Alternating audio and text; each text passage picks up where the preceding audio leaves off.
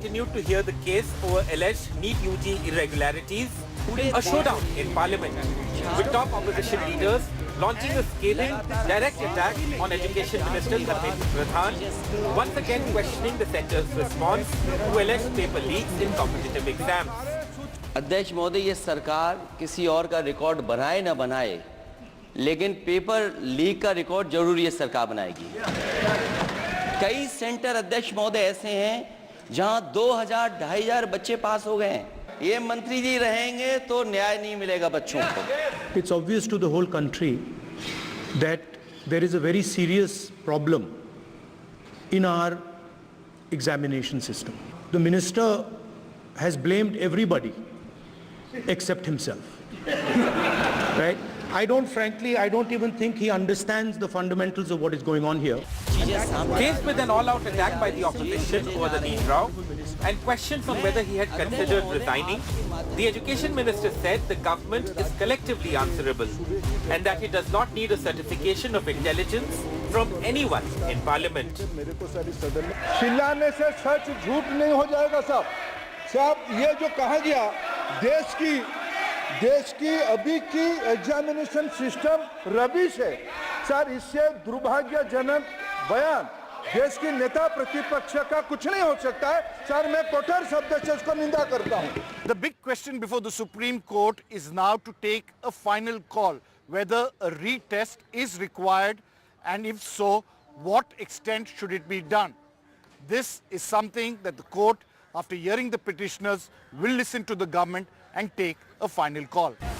The court heard a wide range of arguments, even constituting a 3-member IIT Delhi expert committee to resolve confusion over one of the questions in the NEET UG paper, where the NTA has taken 2 options as right answers for the same question and awarded marks to students who opted for either option.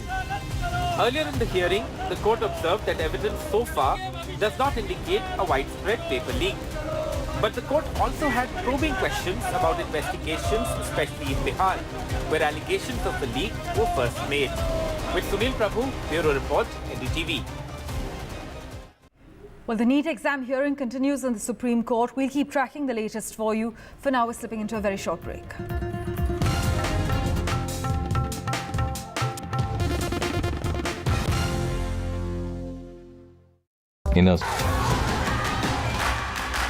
The biggest democratic exercise in the world.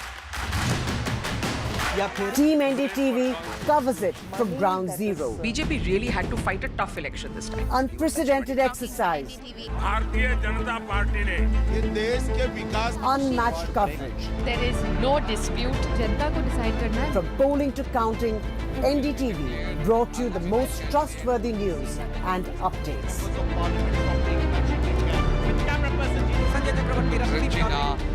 Elections mean NDTV. NDTV proudly upholds its legacy of trust and credibility. According to the prestigious Reuters Institute's Digital News Report 2024, NDTV is the top-most news platform in the country. Number 1 in both online and offline reach in India. Beating all its competition, NDTV stands for trust. Stay informed and entertained with the new and updated NDTV News app. You can watch all our channels live, listen to podcasts, read breaking and exclusive news from around the world and more. Download the NDTV app today and get access to the best journalism and storytelling on your smartphone or tablet. The NDTV app. News that matters to you.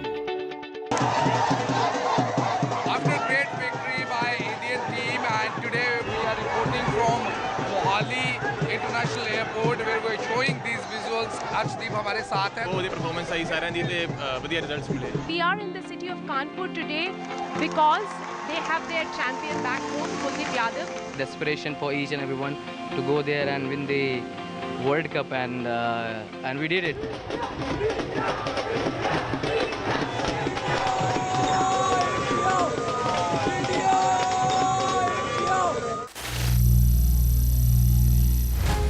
Some people say the metaverse will only be virtual. One day this lecture hall will be made of code, and driverless cars would be trapped in intersections. But even in this maze of the future, you can't wish away health. It's time to become more resilient.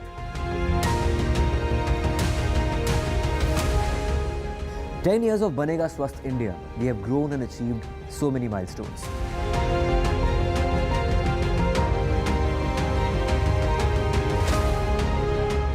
And now I have a plan to beat the urgency, to stop breathing with difficulty, to relieve getting choked with inactivity.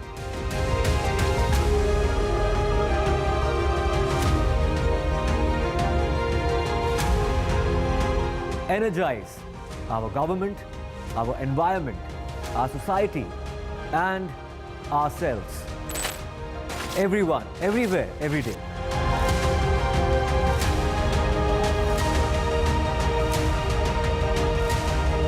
Banega Swasth India. One world hygiene.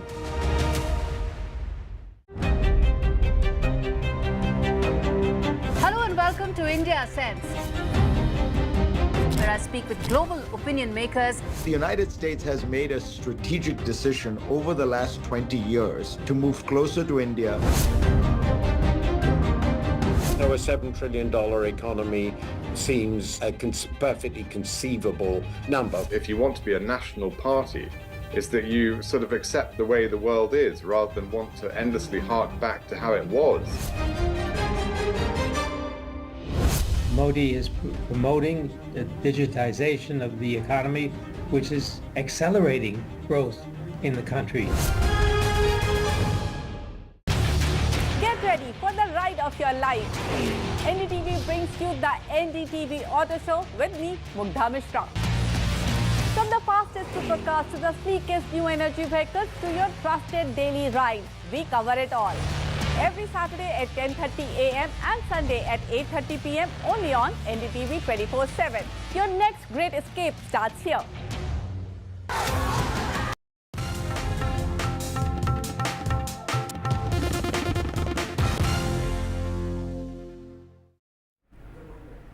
Welcome back.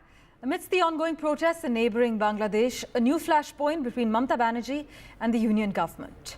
Mamata Banerjee quoted a UN resolution on refugees and said that if helpless people knock on Bengal's doors, shelter will be given. The BJP hit back, saying deciding on whom to provide shelter is a decision of the union government according to the constitution. Here are the final details about the latest flashpoint between Mamata Banerjee and the centre.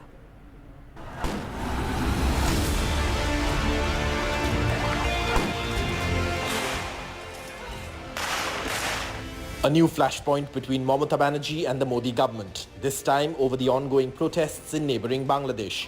After Mamata Banerjee quoted a UN resolution on refugees, saying shelter could be given to refugees from Bangladesh.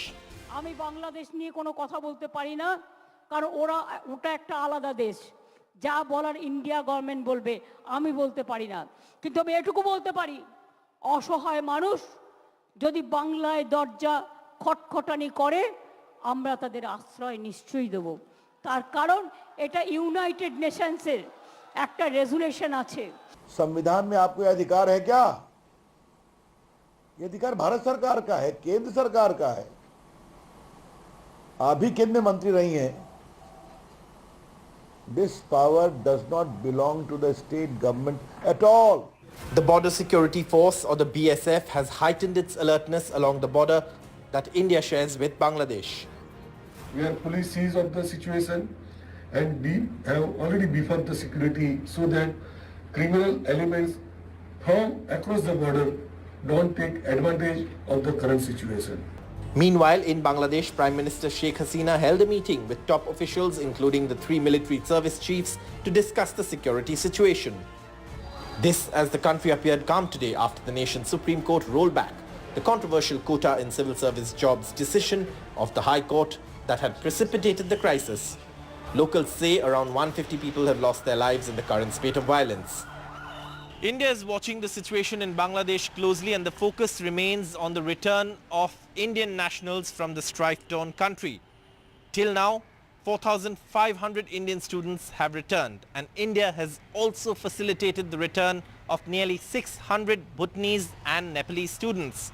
And with a 48-hour halt in the protests, India is hoping peace and calm returns to Bangladesh soon. With Ratnadeep Chaudhary and camera person G.D. Shankar in Kolkata, Saurabh Gupta, NDTV. Switching tracks to the United States, Joe Biden's nearly $96 million in campaign finances were transferred to be under Kamala Harris's name by Sunday afternoon. The campaign officially changed its Federal Election Commission committee name to Harris for President. But while U.S. Vice President Kamala Harris is emerging as the prohibitive favorite to become the Democratic Party's nominee, it's not so simple. And for now, the party isn't offering many details on what happens next. One thing is clear for now. There seems to be no automatic coronation for Biden's replacement. But speaking at her first public appearance since Biden exited the 2024 presidential race, Kamala Harris commended the president's legacy. Listen in. Joe Biden's legacy of accomplishment over the past 3 years is unmatched in modern history. In one term, he has already surpassed the legacy of most presidents who have served 2 terms in office. And I first came to know President Biden through his son, Beau. The qualities that Beau revered in his father are the same qualities that I have seen every day in our president. His honesty, his integrity, his commitment to his faith and his family, his big heart, and his love, deep love of our country. Well, for 23 days, U.S. President Joe Biden insisted on pushing forward with his re-election bid in the face of calls from Democratic lawmakers and donors for him to step aside. And then, almost on a dime, things changed. Here's the timeline of Biden's unprecedented exit. Well, guess what? They're trying to push me out of the race. No! Well, let me say this as clearly as I can. I'm staying in the race. I'll beat Donald Trump. I will beat him again in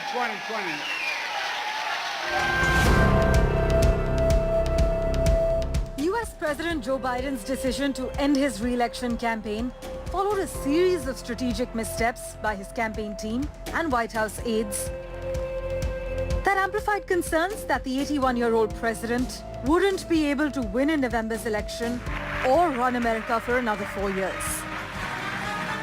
Joe Biden was forced to rethink his political future after the first presidential debate against former President Trump. Well, I'm sick and tired of smart guys. I'm sick and tired of ordinary people being fleeced. I'm tired of being quiet. Where I'm sick and tired. He had a dismal debate performance during which his voice was hoarse and he struggled to finish sentences. Did not want to open up the gate to allow humanitarian. You got me, man. I'm not going anywhere. All right. Biden and his team made the rounds to try to stop the bleeding and kick the campaign into high gear to ease concerns among Democrats. All troops are supposed to be up. In an effort to show he can participate in unscripted events, Biden participated in an interview with ABC, and during that interview, Biden said he was feeling terrible before the debate and defended his health.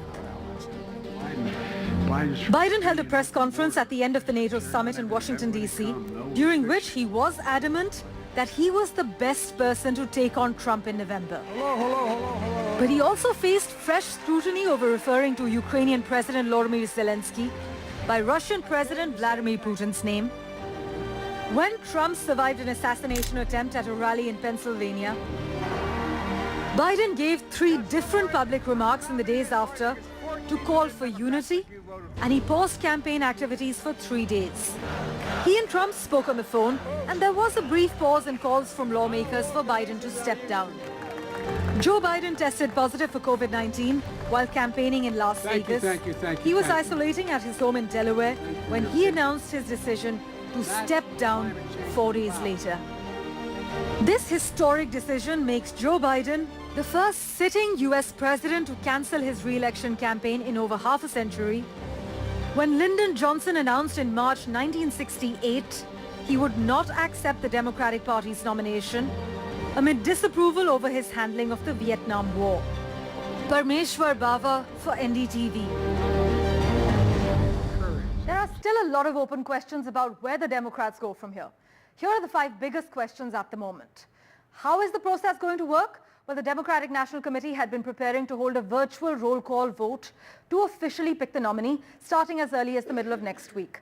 But now those plans, which were expected to be finalized and approved by this Friday, are in flux. In a statement after Biden's announcement, the DNC chair has promised that the party will undertake a transparent and orderly process to pick the nominee without offering specifics. The other question is, will anyone else challenge Kamala Harris? Well, Biden's endorsement of his vice president could very well cut off any real opposition, leaving the Democratic Party's bench looking towards 2028 and beyond instead of throwing their hats into the ring. Still, many are wondering about governors like Gretchen Whitmer of Michigan and J.B. Pritzker of Illinois. The other question is, will the rest of the party get in line? Well, even if most of the other would-be hopefuls decide not to run, that doesn't mean the rest of the party will be unanimously behind Kamala Harris. Throughout the past few weeks, in fact, some Democrats, from elected officials to big donors, have fretted about Harris's low favorability ratings throughout her time as vice president. Kamala Harris, by the way, even nodded to the need to earn and win the nomination in her statement, an acknowledgement that a competition, not a coronation, puts her in the best position going into the general election. Now, while pollsters have only started to ask voters whom they would support between Harris and Donald Trump, let alone other possible candidates, across recent polls, Harris actually trails Trump by 2 percentage points nationally on average. That's 46% to 48%. This is an improvement over Joe Biden's standing in the race because he trailed Trump by 3 percentage points in the polling average, 47% to 44%. The last big question, when are we likely to see new polls? Well, maybe soon, but Politico highlights that there's a catch because it is common for pollsters to actually go into the field following big set pieces in the campaign, like a major party's national convention as we saw in Milwaukee.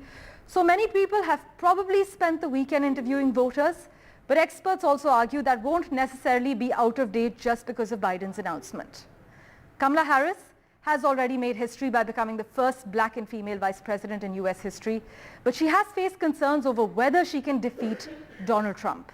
Now, the coming days will show if Kamala Harris will indeed be embraced by her party and chosen as the candidate at their Democratic National Convention in August.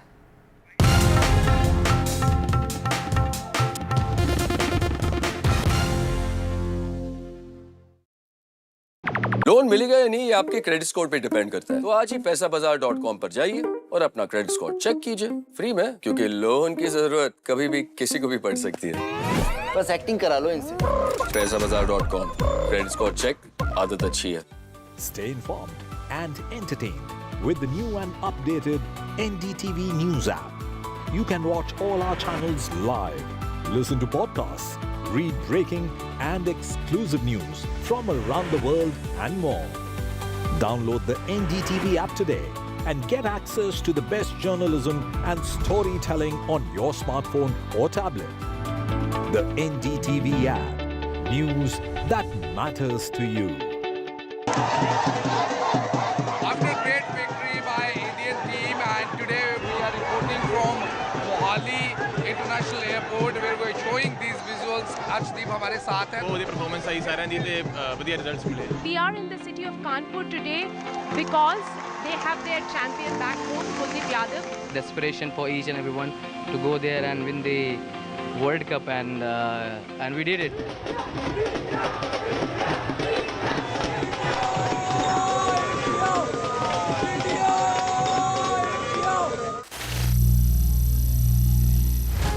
Some people say the metaverse will only be virtual. One day this lecture hall will be made of code, and driverless cars would be trapped in intersections. But even in this maze of the future, you can't wish away health. It's time to become more resilient.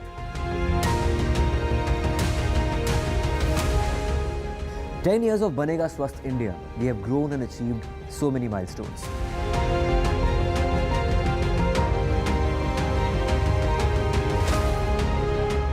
And now I have a plan to beat the urgency, to stop breathing with difficulty, to relieve getting choked with inactivity."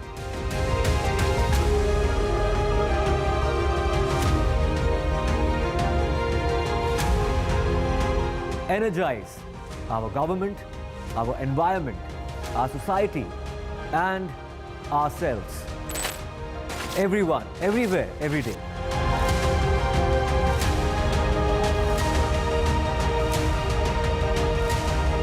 Banega Swasth India. One world hygiene.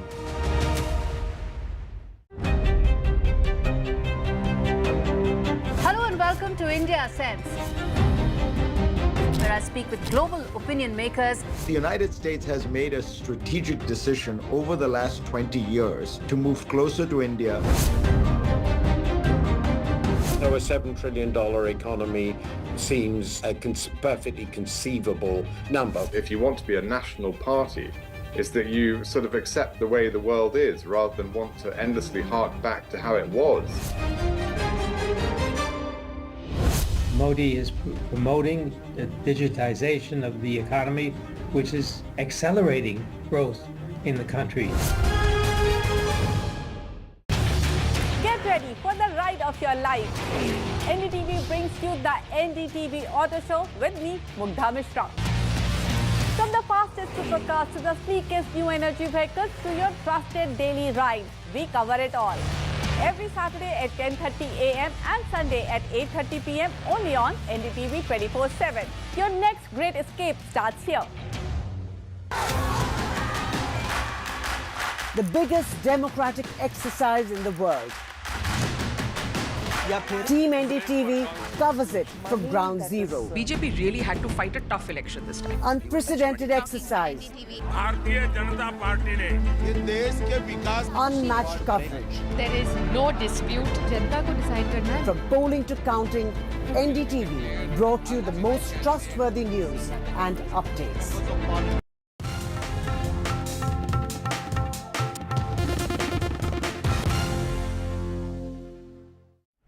Welcome back. Neeraj Chopra's success at the Tokyo Olympics paved the way for many young talents to take up javelin as a sport and make a career out of it.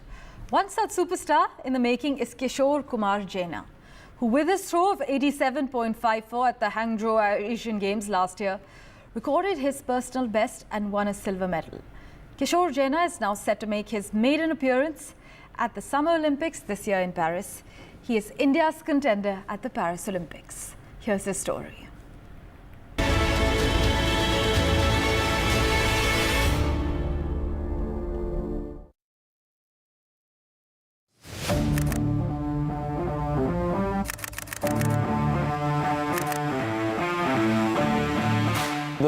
में Olympics में gold आया नीरज भाई का, तो फिर थोड़ा अजीब सा फील हुआ यार, हम भी जैवलिन ही कर रहे हैं, नीरज भाई भी कर लिए, इधर ही रखे, इंडिया में ही रखे, तो हम भी कुछ कर सकते हैं।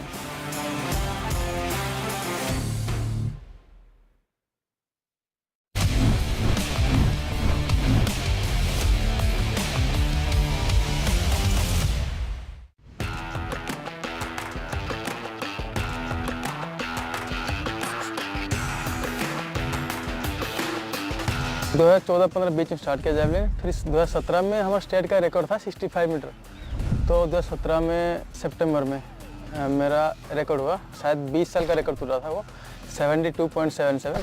फिर उसके बाद हाँ लगा थोड़ा हाँ कुछ हो सकता है। फिर 2018 में मेरा जॉब हो गया CISF में, स्पोर्ट्स कोटे में होगा। 18, 19, 20 हमारा बस यही था, जो जॉब मिल गया तो बस अभी घर को ही देखना है, बस स्पोर्ट्स वगैरह छोड़ के बस ड्यूटी करना है, अभी घर देखना है। 2021 में ओलंपिक्स में गोल्ड आया नीरज भाई का।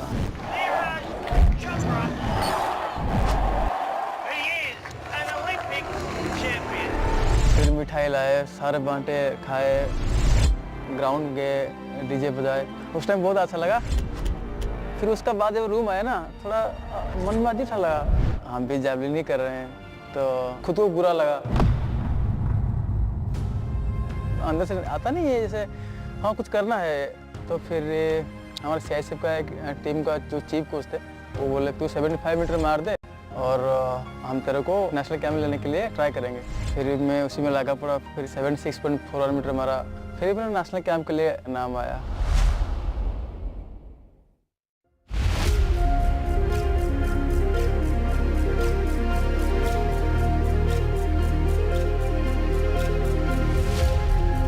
फिर लेबनान गया था खेलने, जब मेरा वर्ल्ड चैम्पियनशिप में रैंकिंग घट गया था, फिर 78 मीटर मारा।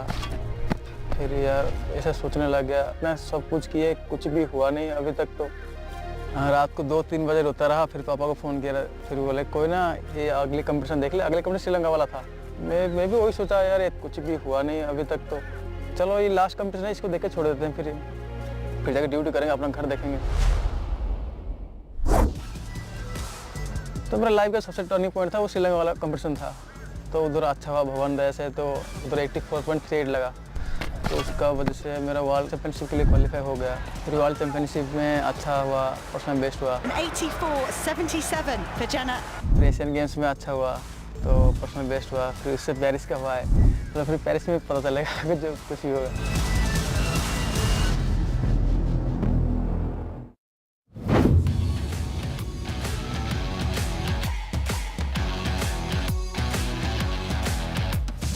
मैं ये जो भी कोच बोलते हैं मैं भी करता रहता हूँ। मेरा रनवे था 17-18 मीटर का, मेरे को बोले इतना में तो होगा नहीं, तो अभी रनवे 27-28 मीटर का रनवे है। टेक्निक पूरा अलग है। ये यहाँ रख रहा है, फिर ये चीज़ ला, तेरे को फीलिंग आ जाएगी।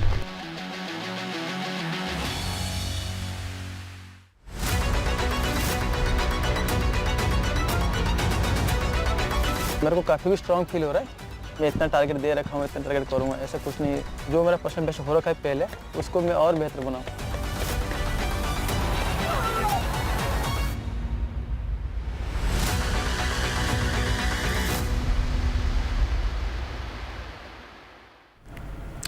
In other news, the CEA spoke to NDTV on the health of the Indian economy. We were in conversation with CEA Anantha Nageswaran. Listen in to the finer details.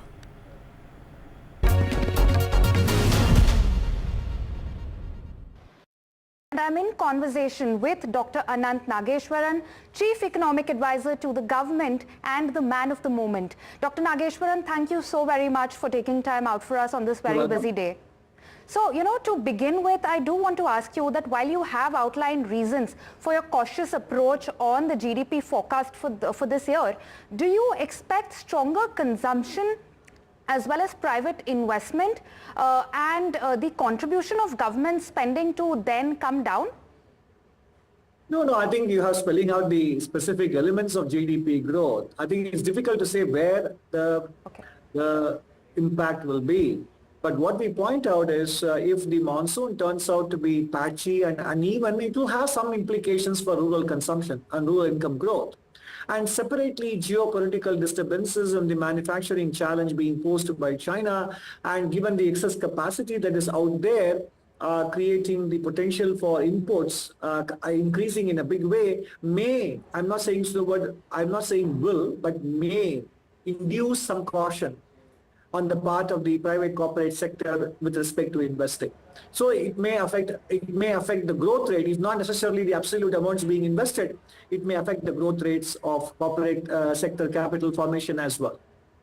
Okay, all right.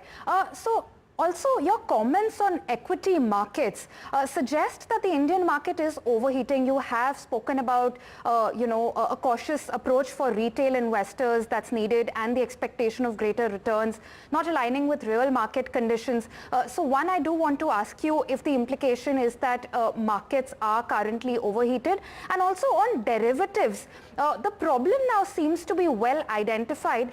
Why is policy action then lagging? Have you already let it run too far? And what is the policy prescription in that case? Look, I don't think, no, first of all, about the market valuations, etc., I don't comment on it, and I haven't commented specifically on financial market valuation in India.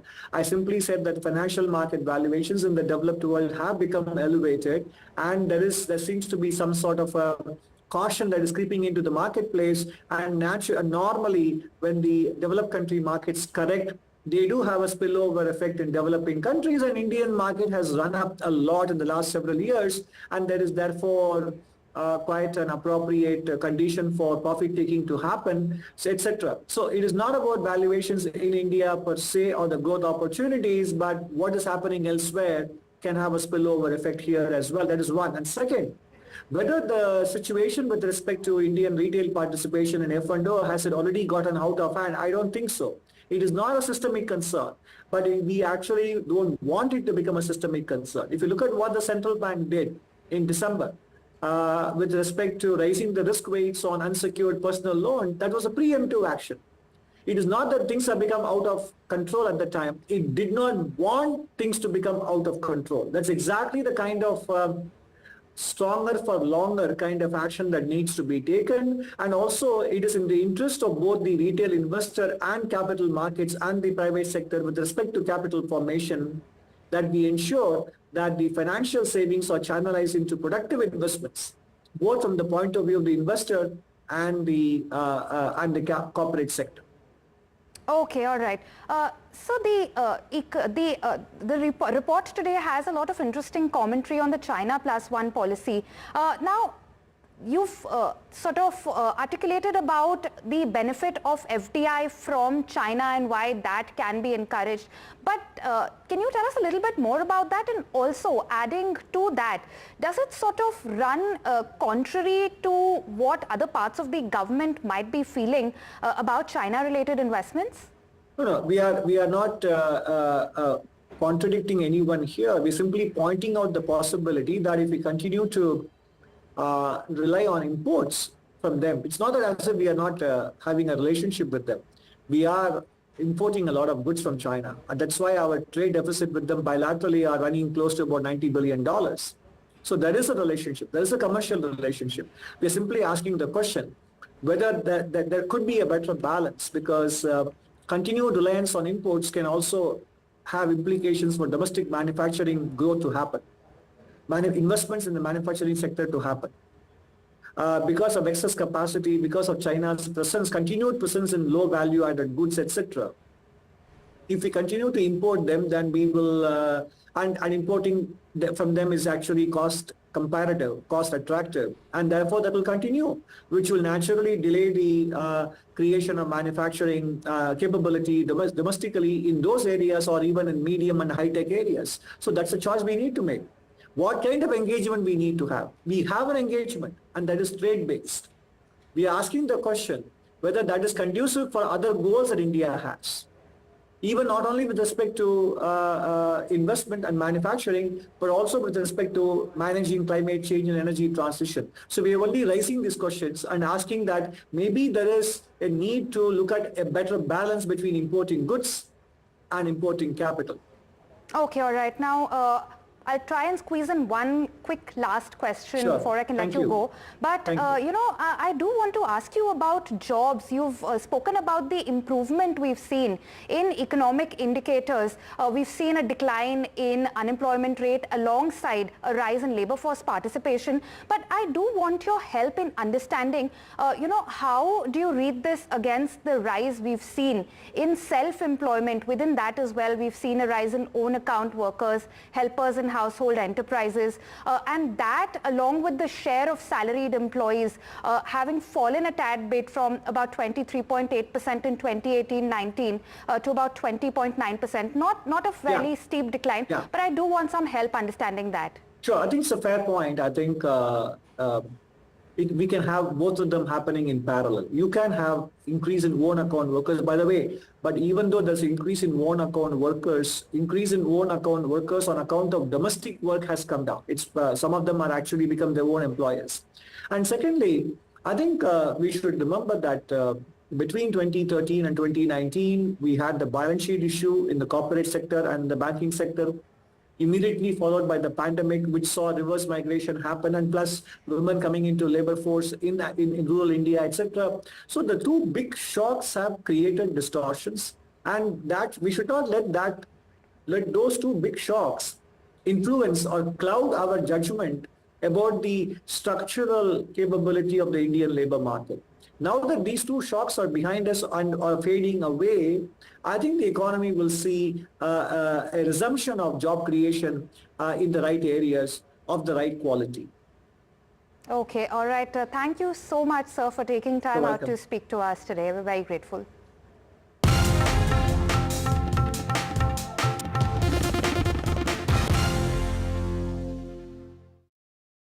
Loan मिलेगा या नहीं ये आपके credit score पर depend करता है। आज ही जाइए पैसाबाजार.com पर और अपना क्रेडिट स्कोर चेक कीजिए फ्री में, क्योंकि लोन की जरूरत किसी को भी कभी भी पड़ सकती है। चल एक्टिंग थोड़ा भेल बनो।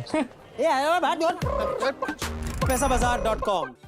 Stay informed and entertained with the new and updated NDTV News app. You can watch all our channels live, listen to podcasts, read breaking and exclusive news from around the world and more. Download the NDTV app today and get access to the best journalism and storytelling on your smartphone or tablet. The NDTV app. News that matters to you. After great victory by Indian team, and today we are reporting from Mohali International Airport where we are showing these visuals. Arshdeep हमारे साथ हैं। वो performance सही सारे दी थे बढ़िया results मिले। We are in the city of Kanpur today because they have their champion back home, Kuldeep Yadav. Desperation for each and everyone to go there and win the World Cup, and we did it.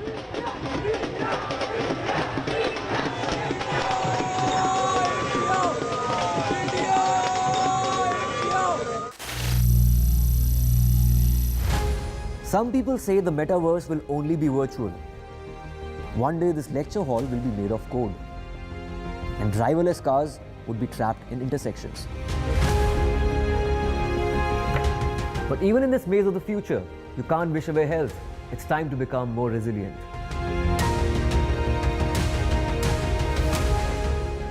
"10 years of Banega Swasth India, we have grown and achieved so many milestones.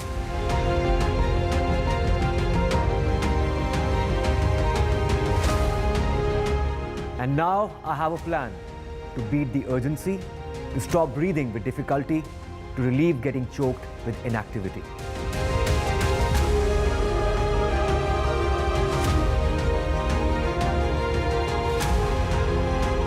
Energize our government, our environment, our society, and ourselves.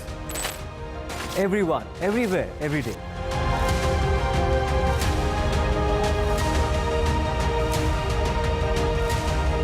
Banega Swasth India. One world hygiene.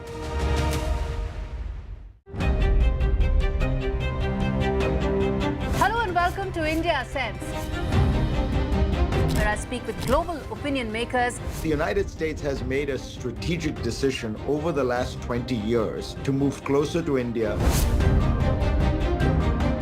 So a $7 trillion economy seems a perfectly conceivable number. If you want to be a national party, is that you sort of accept the way the world is rather than want to endlessly hark back to how it was.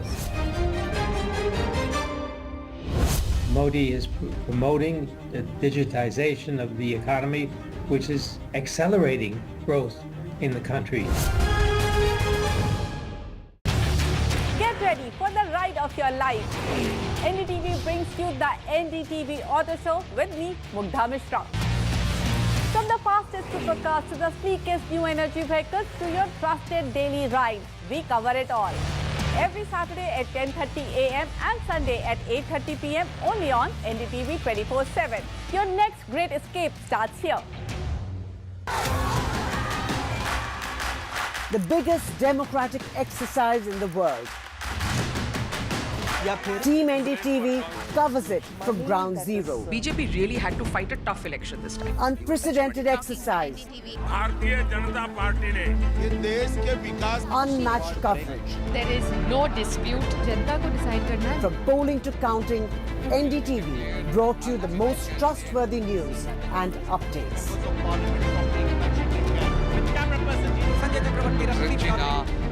Elections mean NDTV. NDTV proudly upholds its legacy of trust and credibility. According to the prestigious Reuters Institute's Digital News Report 2024, NDTV is the top-most news platform in the country. Number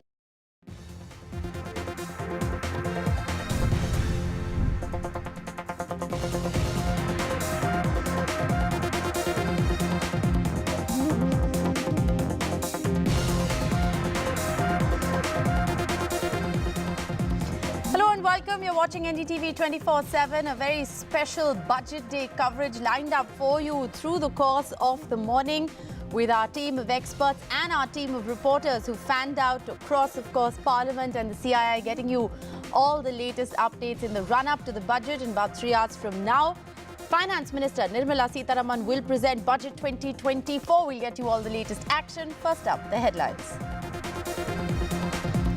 Aam Aadmi pins hope on tax relief in Budget 2024. Nirmala Sitharaman to present the 7th straight budget, Modi 3.0's first budget with wholesale inflation at a 16-month high.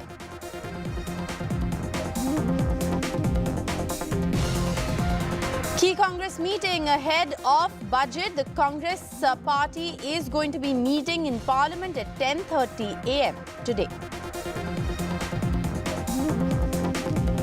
NEET hearing to continue in the Supreme Court. This after the Supreme Court yesterday constituted an expert committee of 3 IIT experts. The Supreme Court has maintained that the evidence so far does not indicate any widespread paper leak. After Tamil Nadu and Karnataka opposes the NEET exam, Karnataka cabinet passes a resolution against NEET. Karnataka moves to opt for an alternative medical examination. Vice President Kamala Harris has secured the support of enough Democratic delegates to become her party's nominee against Republican Donald Trump, according to the Associated Press survey.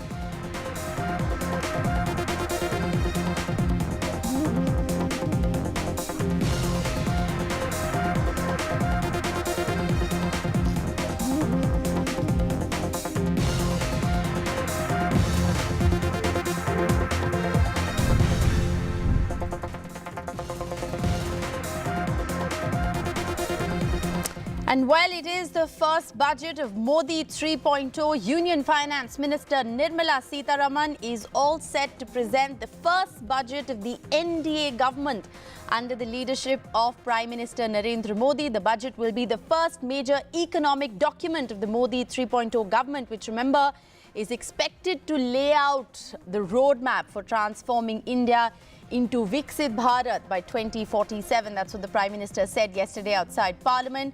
Several experts, of course, have urged the government to provide tax relief to the common man. What is in it for people like you and me? Steps to check inflation, job generation, taxation policies, apart from, of course, making a new tax regime the default option. There's a lot to be talking about, a lot to look forward to. And joining me this morning, Maria Shakil, reporting from outside Parliament. She'll be joined by our team of reporters and a panel of experts. Maria, thanks very much for being with us this morning. It's over to you. Thank you, Rishika. Of course, it's a historic day because Finance Minister Nirmala Sitharaman will be presenting her 7th consecutive budget. She'll become the only finance minister in history of India to do so. I have with me Sajjan Kumar, political analyst, and a young startup leader, Soumya Mishra, with us. But first up, let's get to reporters as to what is the political buzz that is doing the rounds. Remember, we can expect a rather predictable response to come in from the opposition, just as the BJP gave a rather predictable response when they were during the UPA years. So first up, Ghazali is standing right outside Mallikarjun Kharge's residence. We also have Ishika, manning one of the leaders. First up, Ghazali, to you. Ghazali, the leaders, the Congress did have a strategy meeting last evening at 10 Janpath. This was essentially to firm up their floor strategy for today. It's likely that they will be sitting through the entire budget. What are you picking up? Is there a possibility of any political party of the India bloc staging a walkout? See, as of now, a round of meeting is also expected here at Mallikarjun Kharge's residence. The Congress Parliamentary Party meeting as well as the leaders of India bloc will be holding a meeting at Mr. Kharge's residence. But there are certain issues which will be the key focus area of the opposition. As of now, there is no such proposal or kind of discussion whether they'll walk out of the budget session or not. But yesterday's mood, when the economic data survey or the survey report was tabled in the Parliament, we saw the responses coming in from the Congress Congress party leaders, that how Mr. Jairam Ramesh said or how Mr. Kharge himself said that it was more of a cherry-picking thing. Mr. Jairam Ramesh, citing the economic survey report, said that it was, in the survey report, it was mentioned that the government needs to create 80 lakh jobs per year for the next 20 years. So that's the kind of employment situation or the unemployment situation here in the country. But the focus will also remain on one key area, because that's the agriculture.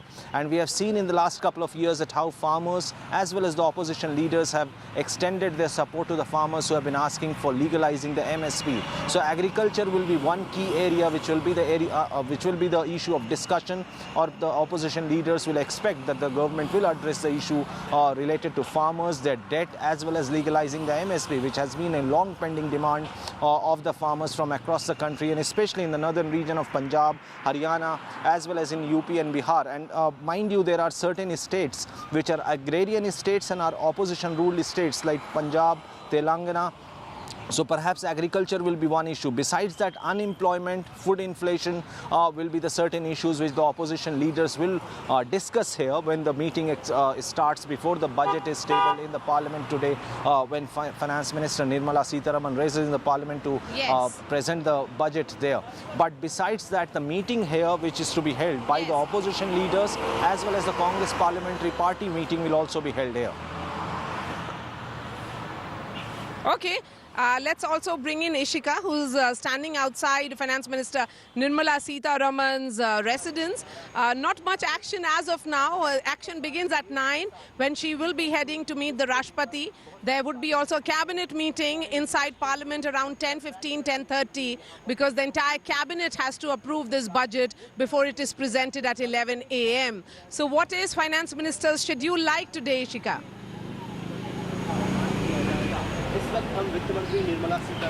Well, in fact, as you rightly said, Nirmala Sitharaman will in fact be presenting the first budget of the Modi 3.0 government, and we are just standing right outside her residence. We are in fact expecting that around 9 she will be leaving for the North Block, and after that, there is also, she will be going to meet the President as well, and then after that the cabinet meeting, as you likely pointed out, that is scheduled, and after that she will be tabling the budget at around 11 in the Parliament. Now, in fact, certainly, this budget is very important, as it is the first budget of the Modi 3.0 government. So certainly, it will be giving an outline of the Viksit Bharat vision of the Modi 3.0 government. But apart from that, also what will remain the key focus for the country will be as to, what benefits are there in this budget for the taxpayers. Now, apart from that, also, if we talk about the regional parties, even if we talk about the national, national capital, the Aam Aadmi Party-led Delhi government here asking for, in fact, 10,000 crore for from the union budget for the national capital. And apart from that, we have seen other regional parties, including the NDA alliance like JDU, asking for a special budget for Bihar. So certainly all of these, are the demands that the regional parties have been raising ahead of the budget. So we'll have to wait and watch as to what is in the kitty, the budget kitty for them as well. Over to you.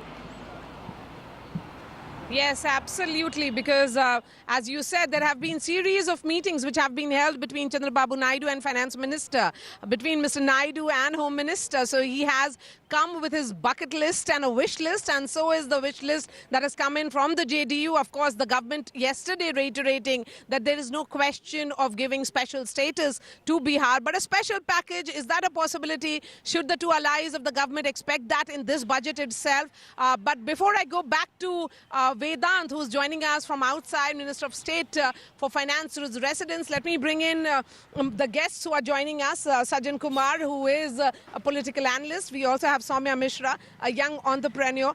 As a young entrepreneur, Soumya, what's your anticipation? What are your expectations from the budget today?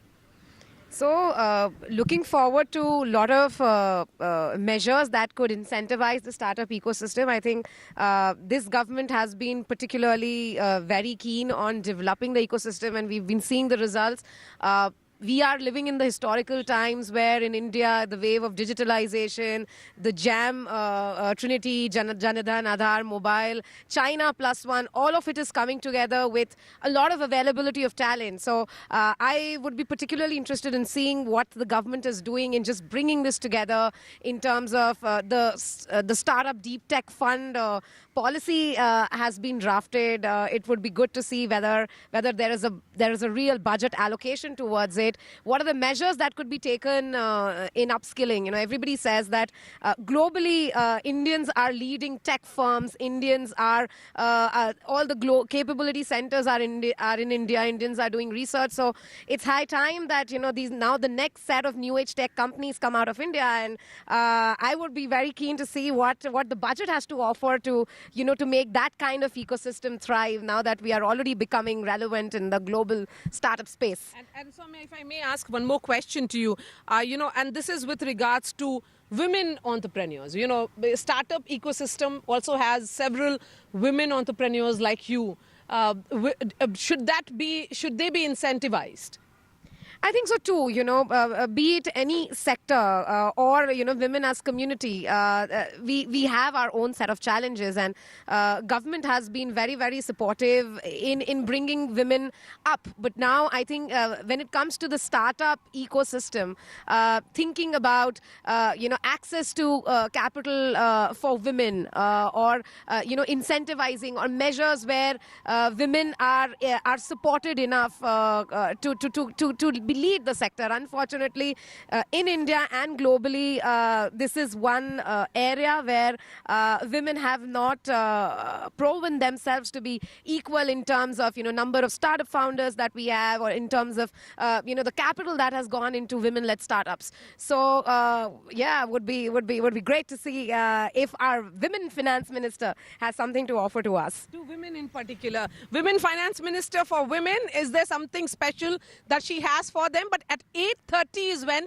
there'll be the first set of photo opportunity that will happen from North Block, where finance minister will be seen along with that Bahi Khata, the tradition which began in the Modi government, along with the 2.0's. We have Vedant joining us from outside, Minister of State for Finance's residence. Vedant, he has left his home. He is heading to North Block. Can we expect the photo opportunity at 8:30? Is everything going with clockwork precision? That's right, Mara. It's going to be a lot about, those ceremonial moments today, as we see every year on the budget day. And I come to you from right outside MS Finance, Pankaj Chaudhary's residence. And he's just left his residence to reach the North Block, where, of course, as you said, at about 8:45 is what we're hearing. Opportunity will take place. Of course, the briefcase has replaced the iconic red tablet, that tablet in the red pouch, which is what we're expecting to see this time around as well. So that's going to be extremely interesting, Maria. And it's been a long night is what I've picked up from the MOS Finance, a long night of finalizing the granular details as far as the budget document is concerned. Because remember, it has been for the past 5 to 6 days that the Finance Ministry has been working round the clock to get the budget together, and of course the economic survey as well, which has clearly sort of laid out the path as far as the Indian economy is concerned, saying that the Indian economy is on a strong wicket, though of course also acknowledging the fact that there are significant inflationary pressures that need to be contained, that need to be curtailed as well. And the middle class, of course, is keenly watching this budget because remember, there are hopes for tax relief and tax cuts, some relief as far as the new income tax regime is concerned. But something very interesting, Maria, that I've picked up from sources close to the MOS Finance is that there's something to be watching out for would be the railway, the budget allocated for the railways, given the fact that we've seen these recent incidents of railway accidents. So railway safety is going to be a very important part of the budget this time around. We'll see perhaps an elevated allocation as far as the Kavach system is concerned and railway infrastructure is concerned. So that is going to be something interesting to watch out for. There is no separate budget for railways, as has been the practice practice since 2017. But a lot to watch out for as far as this budget is concerned. Retail inflation has been at a 16-month high. Food prices have been surging. So, of course, those concerns will be reflected in the budget as well. But at 8:45 is when the first photo opportunity will take place, and then again at 9:30 at the North Block, and then 10:15 would be that important cabinet meeting where the cabinet will give its nod to the union budget. That, of course, is procedural. And finally at 11 is when Nirmala Sitharaman will be presenting the budget for the 7th consecutive time, a historic feat in itself. Yes, and that's right. And that is why I'll ask Azam, my video journalist, to pan and show that we have more women representation here at Vijay Chowk. Mithali is also joining us. She's an economist. And Soumya, as I said, because it is about Nirmala Sitharaman, it's her moment today. But first up, the Bahi Khata system which began. What does it say about the transition that we have seen in terms of the policy emphasis on the Aam Aadmi? That's why the Bahi Khata moving away from the briefcase. That shows the kind of you are looking at future but do not want to completely be deracinated. You do not want to get completely disconnected. So though symbolic, it shows an attempt to kind of relate to the rank and files and the masses who have the aspiration to be part of the emerging formalization of economy. Mind it, Gandhi wore the kind of dress that signified the aspiration and reality of the masses in one go. So that's one of the important symbolic movement, and we should take it quite in a positive spirit. This is one. Second, it also shows, as Soumya said, we are now at the historical opportunity, sitting at the global moment, wherein most of the advanced or developed countries are looking inward, going into a isolationist and protectionist mode. And it is the opportunity for India to be a part of the outward looking and becoming a fulcrum of the global supply chain. India right now is having the youngest cachet of the working age population. I mean, median age of India is 28, and that way it is going, our demographic dividend is going to continue for another 3 decades. So therefore, this is the time wherein India already has the basic infrastructure, JAM, which is everyone's account is linked through Jan Dhan. You have Aadhaar to identify and you have mobile to connect. And therefore, there can be aspiration of startups and lots many tech initiatives. Not only into the metropolitan areas, but also into the tier 2, tier 3 cities, and also into the rural areas. Second, what we require also is the upskilling and reskilling of the population to reap the... Because the economic survey, particularly Mithali, has highlighted that aspect of a gap in skilling. Absolutely. And as a woman yourself, an economist, someone who has been a regular on NDTV, what is it that you'll be watching out for as the Bahi Khata gets the spotlight? Thanks for calling me a regular, Maria. This is my 10th budget. Yes. So I'm very excited to, talk about it with you today, this morning, freshly woken up. And, I think what struck me, one thing which really struck me over the last 10 years and which Nirmala ma'am announced yesterday was a target of the number of jobs that we are seeking to create. This is the first time in many years that they've said we want 78.5 lakh jobs per year to be created. I mean, when we are saying that as an economy, we are recognizing in the economic survey that as an economy, it is our responsibility, not only the government, but also the private sector to come forward, and also for entrepreneurs to come forward and create jobs. That's something which is very remarkable, because it recognizes head-on the unemployment challenge that we have. And of course, it recognizes the dichotomy of unemployment. That on one side, you have industries coming and saying that, we want to hire more. We have vacancies. There are 18 lakh vacancies in the BFSI sector that have gone unfilled. Why? Because of the skill challenge. And that has also been recognized in the economic survey. Okay. Is the skilling aspect a big challenge for you? Because as a startup, you have different challenges in comparison to those industries who have been there for several years. So I would say yes and no. It differs by the level. So when I run a startup, it's become much easier to find talent, which is so graphic designing, web designing, app development has kind of become basics, right? You find a lot of people there. But where we see gaps in particular are in new age technology. So for example, we've been hiring for engineers skilled in artificial intelligence, natural language processing, video analytics, and that is where we are seeing a lot of gap.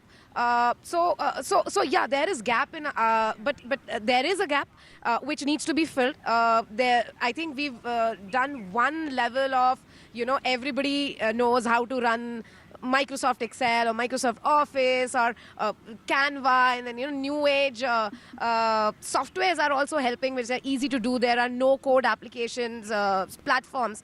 But just to make it more specialized, when it comes to more specialized technology, when it comes to, hardcore operations, I think a lot more could be done. So what Mithali is pointing out in terms of, companies waiting to hire talent, but, suffering from non-availability of it is a real thing.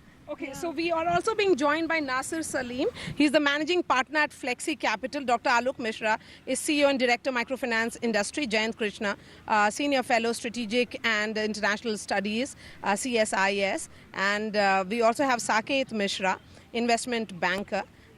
We will be getting visuals from the Finance Minister's residence any moment now. Saket Mishra, I have the details of the big highlights of the economic survey right before me.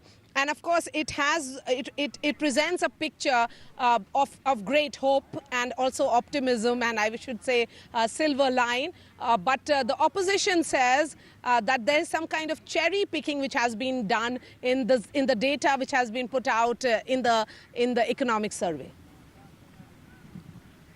Good morning, Maria. I think, look, opposition has a particular task, which is to question the government.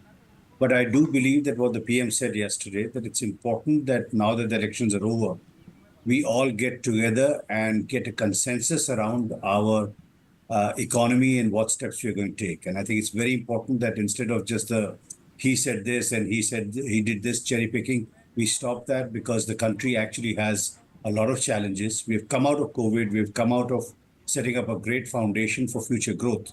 But there is a need for some sort of look at where the middle class needs to get benefited, especially in a time when the finance minister's resources are higher than expected. We need to think about employment, and there it's not just a question of retooling, but it's also a question of what's going to happen with AIML. I think Soumya was talking about, people who know Excel and basic programming. All those jobs are going to go with AI. So we need to think about that. And I think the third thing that the economic survey highlighted, and which again is incredibly important, is to relook at what we're doing with agriculture. It's not just about MSP or what not having income tax or what subsidies we are providing.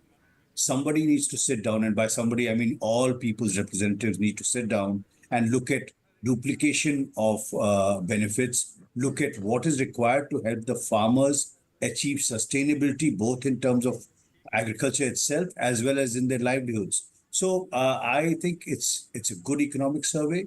The economy is in pretty good shape given all the challenges we have, and it's important that everybody gets together to take us to the next step. Okay. Okay. And Jayant Krishna, your big takeaways from the economic survey. So, I think while the survey has lowered the growth forecast, from RBI 7.2, they have made it, 6.5 to 7%. But they have talked about a robust, the public finance, and also talked about, high tax collection, which has been good, improved quality of spending. These things they've talked about, but let's not forget they've also flagged some, there are also some red flags in the economic survey. The most important red flag to my mind is they've talked about China. See, India refuses to learn from China. That's the impression I get time and again. We say we are a democracy, they are not, and they can do things which we can't. But that doesn't mean that a lot of things which are doable. See, they've talked about if India has to be a meaningful player in the global manufacturing supply chains, then as a prerequisite to that, it is very important that, India, our own supply chain plug-in happens vis-a-vis China. That's very important. They've talked about in the economic survey that, how, how do we balance, importing goods from China versus, soliciting capital from China. So I think these are very, very important things to my mind. And they've also talked about, how a high market cap to GDP ratio is not necessarily a symbol of, good economics, kind of, your economic, economy being in a good shape. Employment is what, again, they have flagged off. They've talked about, we need almost 78 to 80 lakh jobs per annum have to be added to the economy, by the year 2030. But more important dimension is how do we ensure that more and more employment happens in organized and formal sector vis-a-vis unorganized and informal sector. They've also talked about, ease of doing business while our ranking has improved. But, if we are the 5th largest economy, why shouldn't our ease of doing business rank also not be among the top 5 or perhaps top 10? So, these are very, very important things there. They've highlighted agro reforms. They've talked about, climate change agenda and so on and so forth. So to my mind, for the first time in last several years, the economic survey has talked about good things which have happened to the economy in the last so many years, and especially, the current year. But they have also talked about some of the red flags, because, the admission of what is not wrong with the economy is equally important if you have to take corrective steps. So I see as a welcome change in the economic survey. Yes, and good economics is often seen as bad politics. But let's talk about the politics of the budget as well before I bring in the other two panelists. Sajjan, yesterday was the day, just ahead of the budget, the government reiterating that there is no question of special status to Bihar because the state doesn't qualify. It has given the reasons also, because the hilly states can get special status, but Bihar cannot. But the timing is, of course, something that has got the alliance partners worried. Should we expect some big bang announcements for Andhra Pradesh and Bihar? The question is more about the detail. Of course, government has to cater to the aspiration and demands of two allies, TDP and JDU, Bihar and Andhra Pradesh. But let's not forget there is elections in Maharashtra. So there's an alliance, another ally who's waiting for another his set of. So that is why the detail matters. Yes. And when I say detail matters, whatever be the demand, up to 1.5 lakh crore is a demand by Andhra Pradesh, Chandrababu Naidu, and 1 lakh crore is demand by JDU. The government doesn't need to give them in one go. Yes. It can be given in phases. It doesn't need to be allotted by designated the states some sort of a special status. So government has the window to break it into different segments, and it can go on. A great deal of demand can be fulfilled in another 5 years. So that is why I do not think that the central government has a compulsion, as we assume, in terms of to accept and deliver the demand in this budget or in one go. So that way the central government has the leverage. Second, you also see a clear dichotomy into the economic realm and into the language of the political realm. In economic realm, economic survey also says that government is looking for a grand alliance among the union government, state governments and the private player. So the language is very inclusive. They are wanting to include all spectrum of demographic dividends, and therefore all actors and stakeholders are invited, and the policy is also there. So I think despite the political temperature rising and language acquiring a sort of very apocalyptic it's area. actually very nihilistic, almost. Very nihilistic. It sounds as if the doomsday is arriving. Mithali, so let's focus on, can these states be given the special package? Special status is ruled out, but can the special package be given? Because as far as Andhra Pradesh Reorganization Act is concerned, that clearly talks about a special package for Andhra Pradesh post the bifurcation of the state. Absolutely. So 10 years into the creation of Telangana and Andhra Pradesh, the expectation is that the centre will provide additional support, you know, to Telangana and Andhra Pradesh, and Andhra Pradesh in particular, because Andhra Pradesh is primarily agrarian as an economy. Right. And, you know, agriculture, farming, the Kisan, these are massive focus areas for the government nationally. Now, if you contrast this with the interim budget that came out in March, it was very clearly said East is a focus. Yes. You know, Look East policy. Look East policy, but also Northeast, Bengal, Jharkhand and Bihar. You know, all of these are our eastern states, Odisha as well. Now, this time I expect East plus plus. You know, so there will be plus would be Andhra Pradesh and also hill states in the north, Himachal and J&K. Because these are states that have been, you know, lagging states for a long time. The climate conditions are, you know, creating situations there where tourism is difficult to promote. There's only, you know, the industries are difficult to promote, and now it's time to bring special packages to the hill states. That's an interesting point there that you have put. Okay, so the visuals are now coming in of Finance Minister Nirmala Sitharaman leaving her residence. She is the lady of the moment. All eyes will be on her. A lot of anticipation from her as she creates history today. And she will be arriving in North Block. That's where Aishwarya is. Aishwarya, I'm sure all the camera persons and the video journalists are parked at a spot where they can get a good picture of the Finance Minister and all the Finance Secretaries. I mean, all the bureaucrats of the Finance Ministry.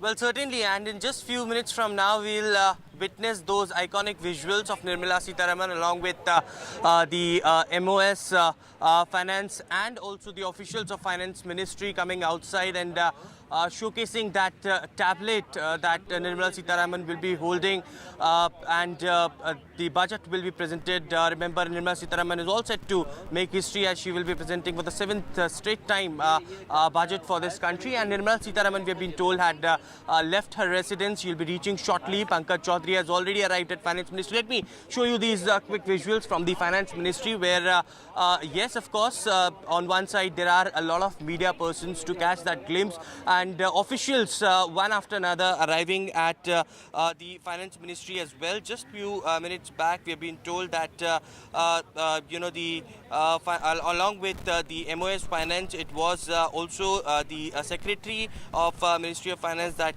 had reached the Finance Ministry, and the security has also been tightened up because from here Nirmala Sitharaman will be straight away heading to Rashtrapati Bhavan, where the President will give nod to the budget, and later she will be going to the Parliament where Cabinet will approve that particular budget. But of course, all eyes on the Finance Ministry, and Nirmala Sitharaman is all set to arrive over here, and that photo op opportunity would be here as Nirmala Sitharaman will be showcasing that tablet in which from which she will be presenting the union budget today. So we are just waiting for Nirmala Sitharaman and other officials to arrive over here at the North Block.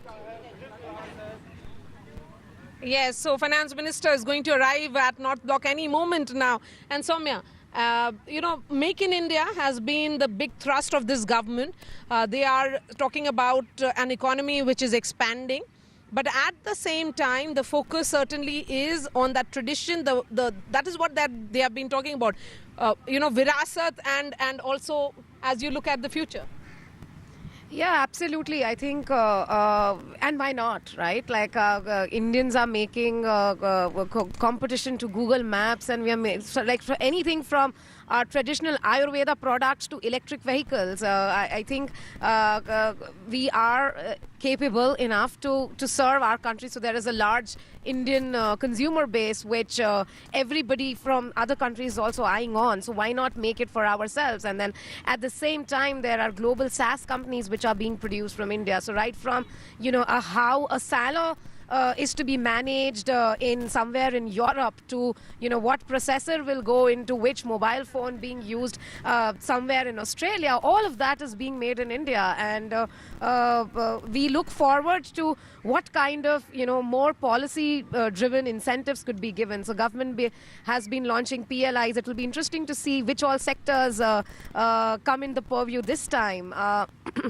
We would also love to see some more, Mitali just spoke about the inclusion with state government and central government. So a lot has been done to promote industry, startups from the central side, but in terms of ease of doing business, in terms of dealing with authorities at the state level, if there are any incentives or measures that could be taken, it would be very gratifying to see those in the budget. Yes. And we can hear the movement now. I think Finance Minister's cavalcade is actually going up the Raisina Hills.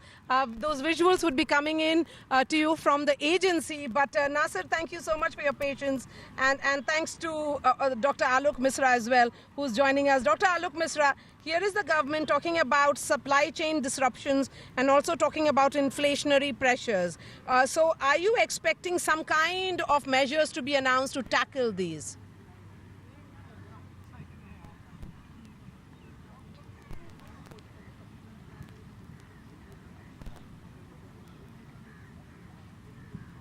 Nasser, if you heard me. Yes, good morning, Maria. Thank you very much for having me on. Okay, let me go straight to Aishwarya, who is where Finance Minister has just arrived. So, Aishwarya, over to you. What are you seeing? She is there, the lady of the moment, and Finance Minister is right there. Well, let me show you these visuals from the Finance Ministry. Nirmala Sitharaman, Finance Minister, has now arrived at the Finance Ministry. Certainly, Nirmala Sitharaman will present her 7th straight budget on today for the fiscal 24 and 25, surpassing the record of former Prime Minister Morarji Desai, and she will be heading from here on directly to the Parliament, to the President's house. Remember, Nirmala Sitharaman, Finance Minister, along with MOS Pankaj Chaudhary and other senior officials of the Finance Ministry will step out and will give that iconic visuals of the budget as well, and from here on she will be reaching to the President's house. But yes, Finance Minister Nirmala Sitharaman, when all eyes will be on her, just had arrived at the Ministry of Finance along with the other officials who accompanied her, and now in just few minutes from now, along with other officials, she will be coming out of the Finance Ministry. Nirmala Sitharaman had just arrived, as I mentioned, along with MOS Pankaj Chaudhary, who arrived a short while back at the Ministry of Finance, and we are just waiting for other officials, as the senior officials, as you can see in the visuals, also waiting for Finance Minister and the MOS Finance to step out of the Finance Ministry shortly while holding that budget in hand.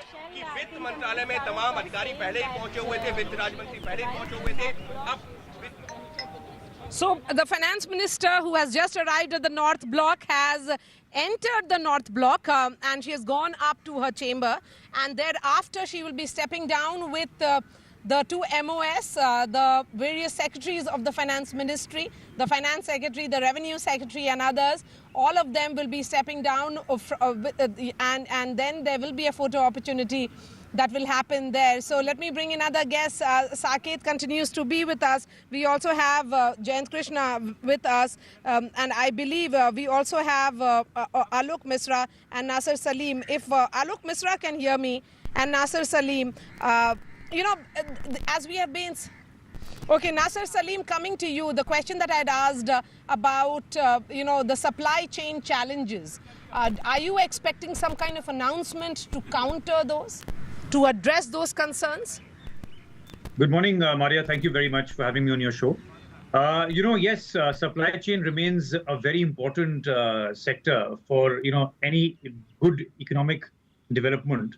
And I think one of the few things that we're looking out and we will clearly see is, more aid being given and more money being deployed towards capital expenditure. which has also been the trend in the last 5 years, whether it's in terms of infrastructure support, roads, ports.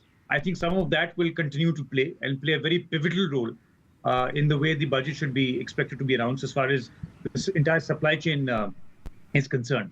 Number one. Number two, I think to your other question that you asked me, Maria, which is on how inflationary pressures are continuing to catch up, and the middle income group, the middle income class is subjected to this high inflation, and so is the others. But I think the key point here is what the budget is really looking forward to is some tax rationalization, both on standard deductions and on capital gains.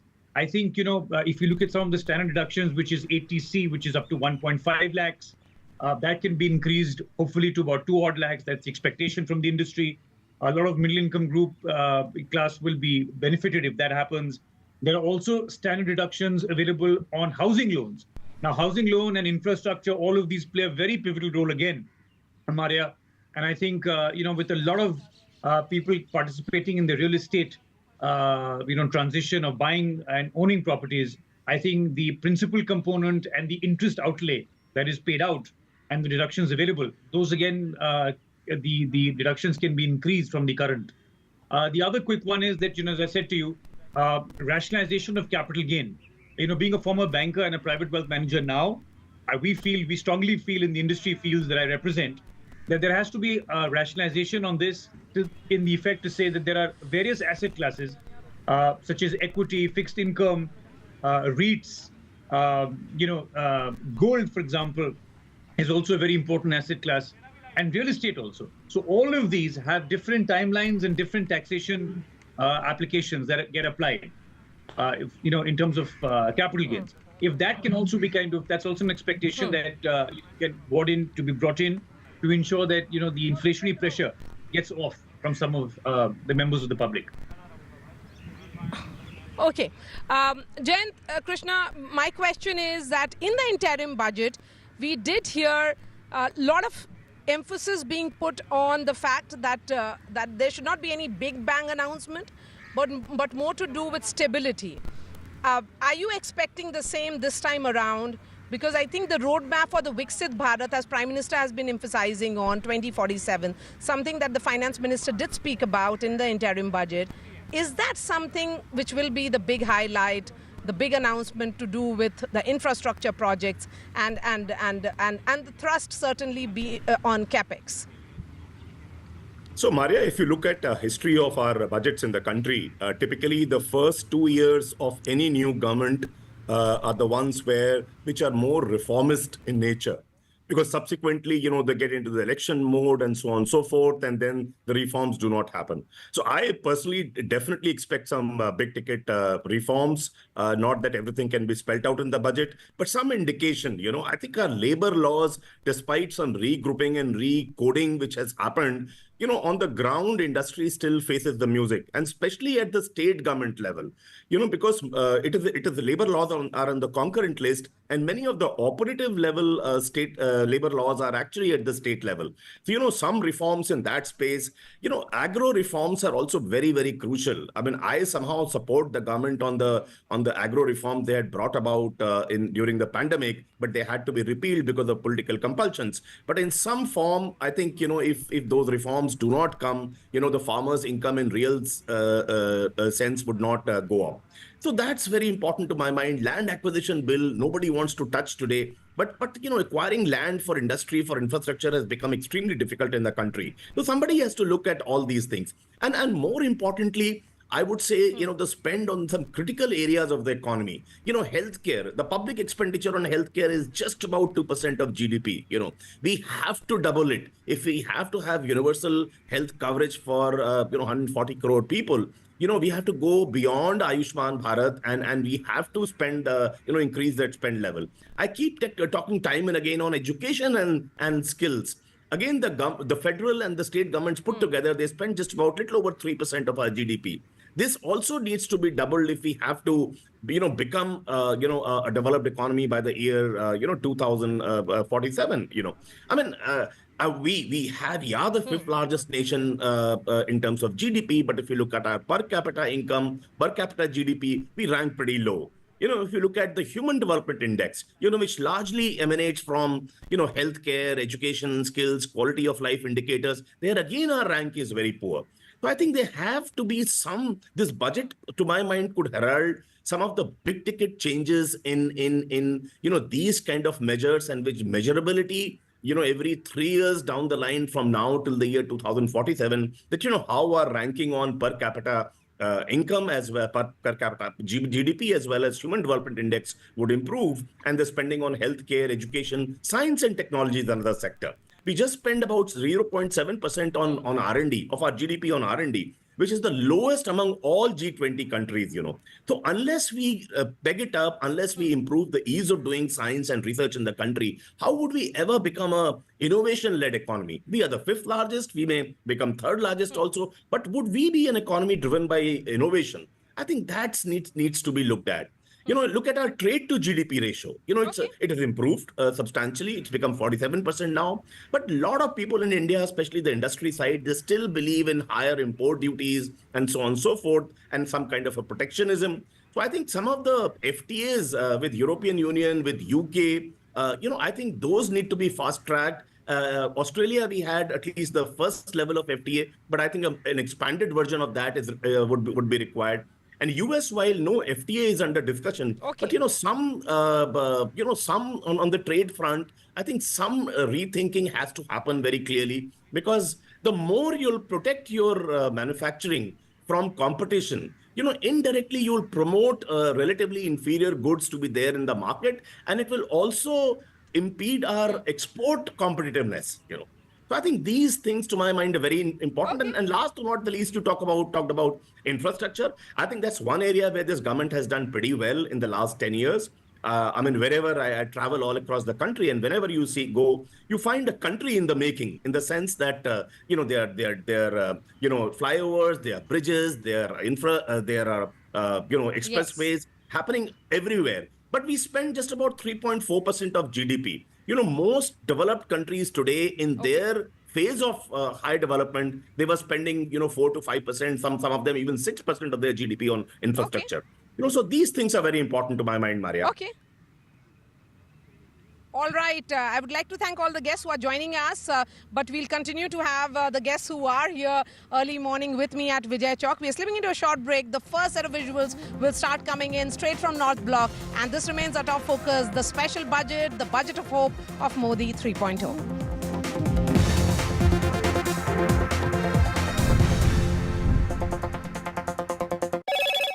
Hello, Moto. Motorola, India's best 5G smartphone brand.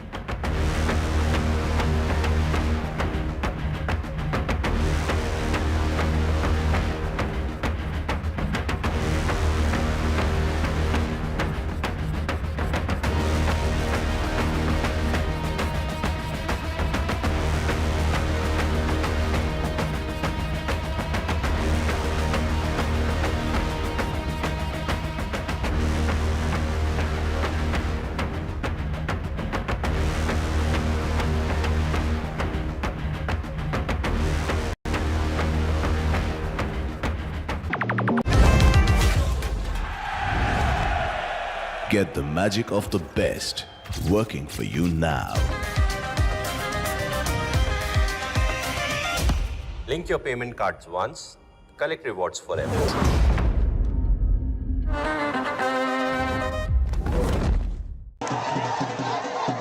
After great victory by Indian team, and today we are reporting from Mohali International Airport, where we are showing these visuals. Arshdeep हमारे साथ हैं. The performance सही सारे दी थे बढ़िया results मिले. We are in the city of Kanpur today because they have their champion back home, Kuldeep Yadav. Desperation for each and everyone to go there and win the World Cup, and we did it.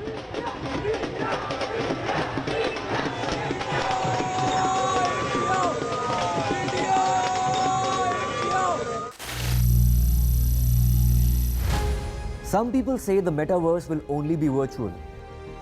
One day this lecture hall will be made of code, and driverless cars would be trapped in intersections. But even in this maze of the future, you can't wish away health. it's time to become more resilient.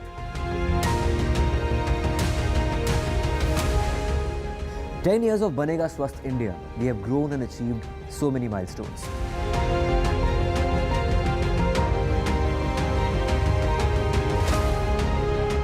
And now I have a plan to beat the urgency, to stop breathing with difficulty, to relieve getting choked with inactivity.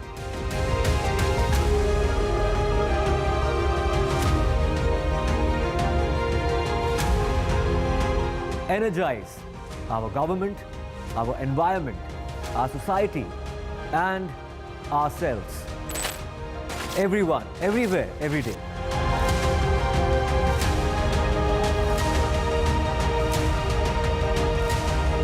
Banega Swasth India. One world hygiene.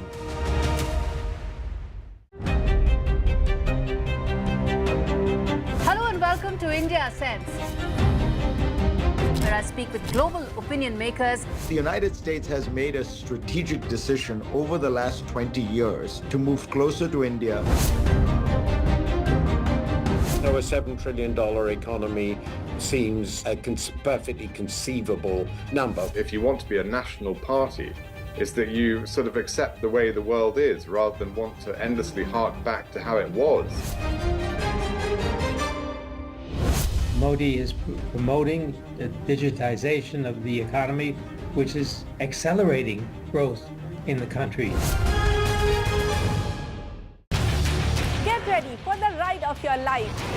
NDTV brings you the NDTV Auto Show with me, Mugdha Mishra. From the fastest supercars to the sleekest new energy vehicles to your trusted daily ride, we cover it all. Every Saturday at 10:30 a.m. and Sunday at 8:30 p.m. only on NDTV 24/7. Your next great escape starts here.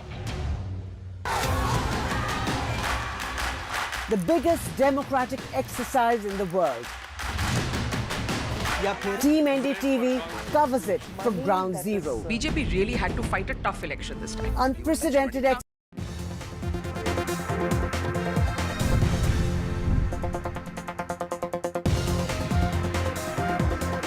Welcome back. You're watching our continuous coverage of the budget. This is the first budget of the NDA government, Modi 3.0. All eyes will be on Finance Minister Nirmala Sitharaman as she presents the union budget for the 7th straight time. Our team of reporters have fanned out across the national capital to bring us up to speed with the very latest. Maria is reporting live from Parliament. Maria, you had an interesting conversation with stakeholders, with experts, with economists. A lot of hope, like we've been calling this, budget of hope, a lot of expectations pinned on what the finance minister is going to say in about 2 hours from now. Yes, absolutely. And we have two experts right here as well. So I'm going to take that question. But interestingly, what you said here, Rishika, it's NDA 3.0 that is presenting the budget. So Modi 3.0, but it's also a coalition government, an alliance government. So will there be coalition compulsions at play? That's the question to Sajjan.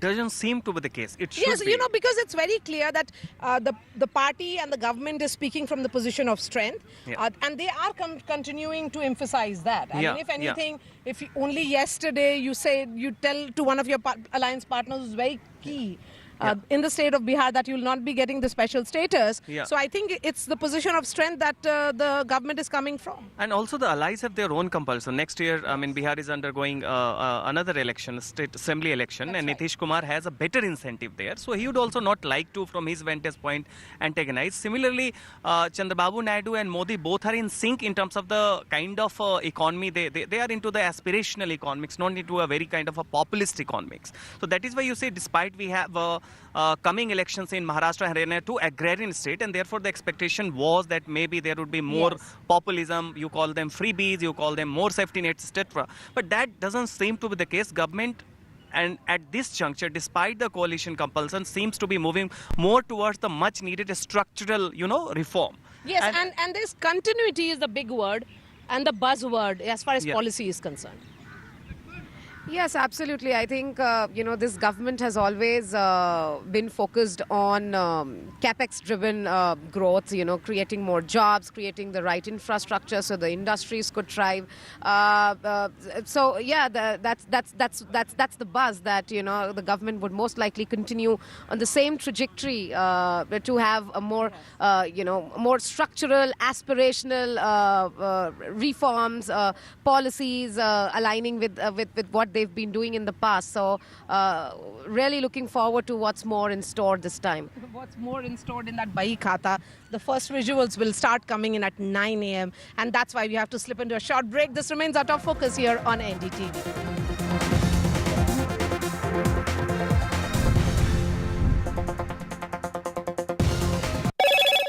Hello, Moto. Motorola, India's best 5G smartphone brand.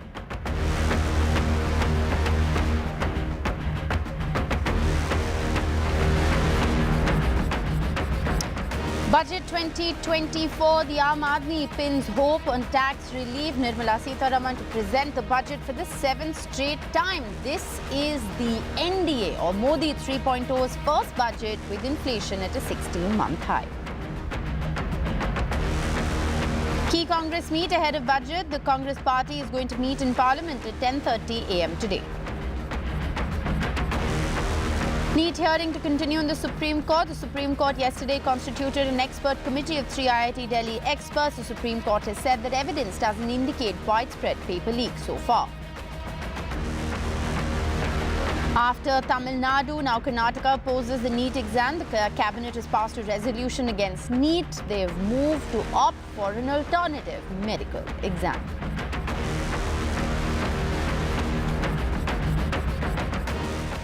Loan मिलेगा या नहीं ये आपके credit score पे depend करता है। तो आज ही अपना क्रेडिट स्कोर चेक करें फ्री में पैसाबाजार.com पर।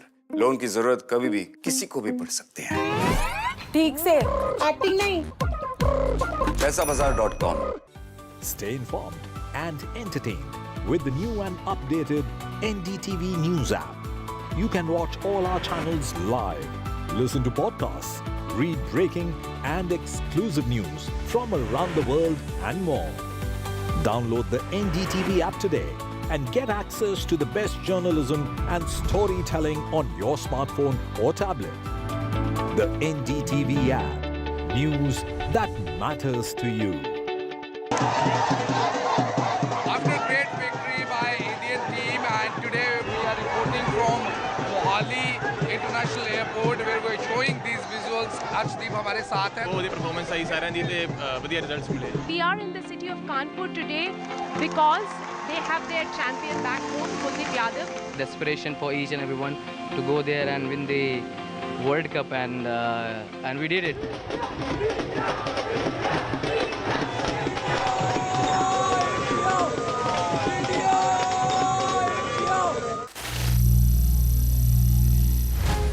Some people say the metaverse will only be virtual. One day this lecture hall will be made of code, and driverless cars would be trapped in intersections. But even in this maze of the future, you can't wish away health. It's time to become more resilient.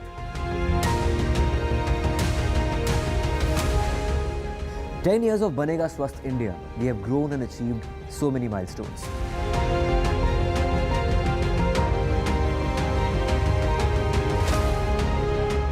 And now I have a plan to beat the urgency, to stop breathing with difficulty, to relieve getting choked with inactivity.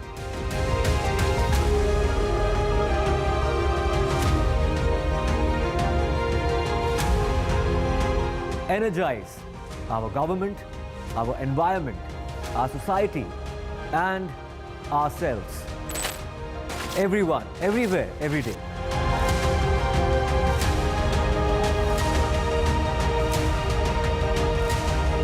Banega Swasth India. One world hygiene.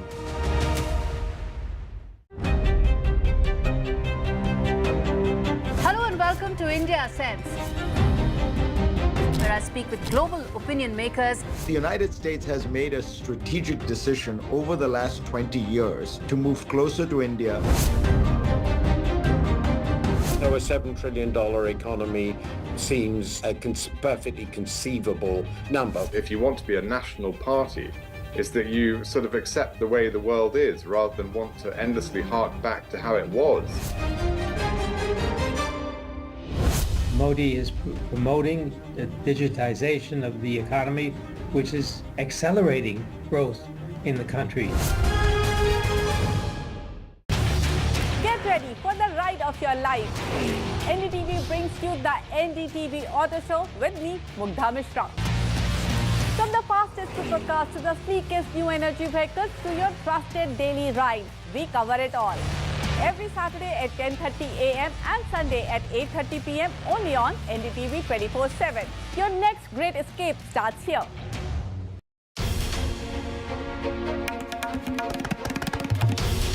This is NDTV, and you're watching NDTV 24/7. Hello, Moto.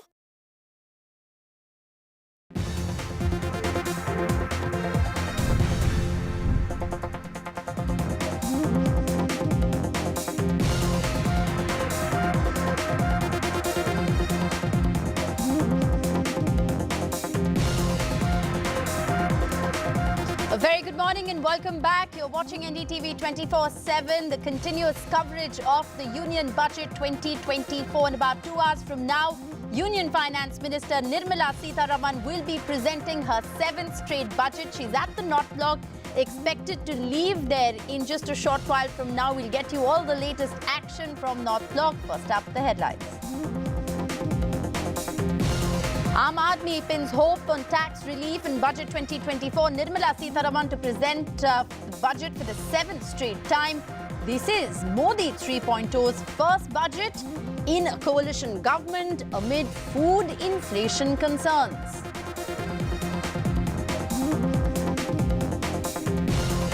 The pre-budget survey, the economic survey that was tabled in Parliament yesterday, has suggested that the economy is on a strong wicket. The Indian economy estimated to have grown 8.2% in the financial year 2024. The economic survey acknowledges the food inflation concern.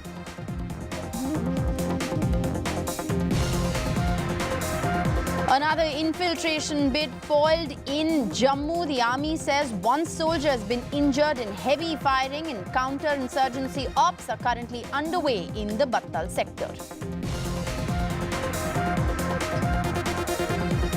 Crucial NEET hearing will continue in the Supreme Court today. This after the Supreme Court yesterday constituted an expert committee of 3 IIT Delhi experts after the court believed that evidence so far does not indicate a country-wide paper leak. But states are taking their own measures. After Tamil Nadu, now Karnataka and Bengal oppose the NEET exam. The Karnataka cabinet has passed a resolution against NEET. Karnataka is opting to move towards an alternative medical exam. West Bengal Assembly is going to move a resolution on the NEET mess. And all eyes on what's likely to happen now that President Biden has stepped down. The big question is who's likely to replace Joe Biden. Kamala Harris has sought enough support from Democratic delegates. According to the Associated Press survey, Kamala Harris is favored, but there are some key questions that still remain.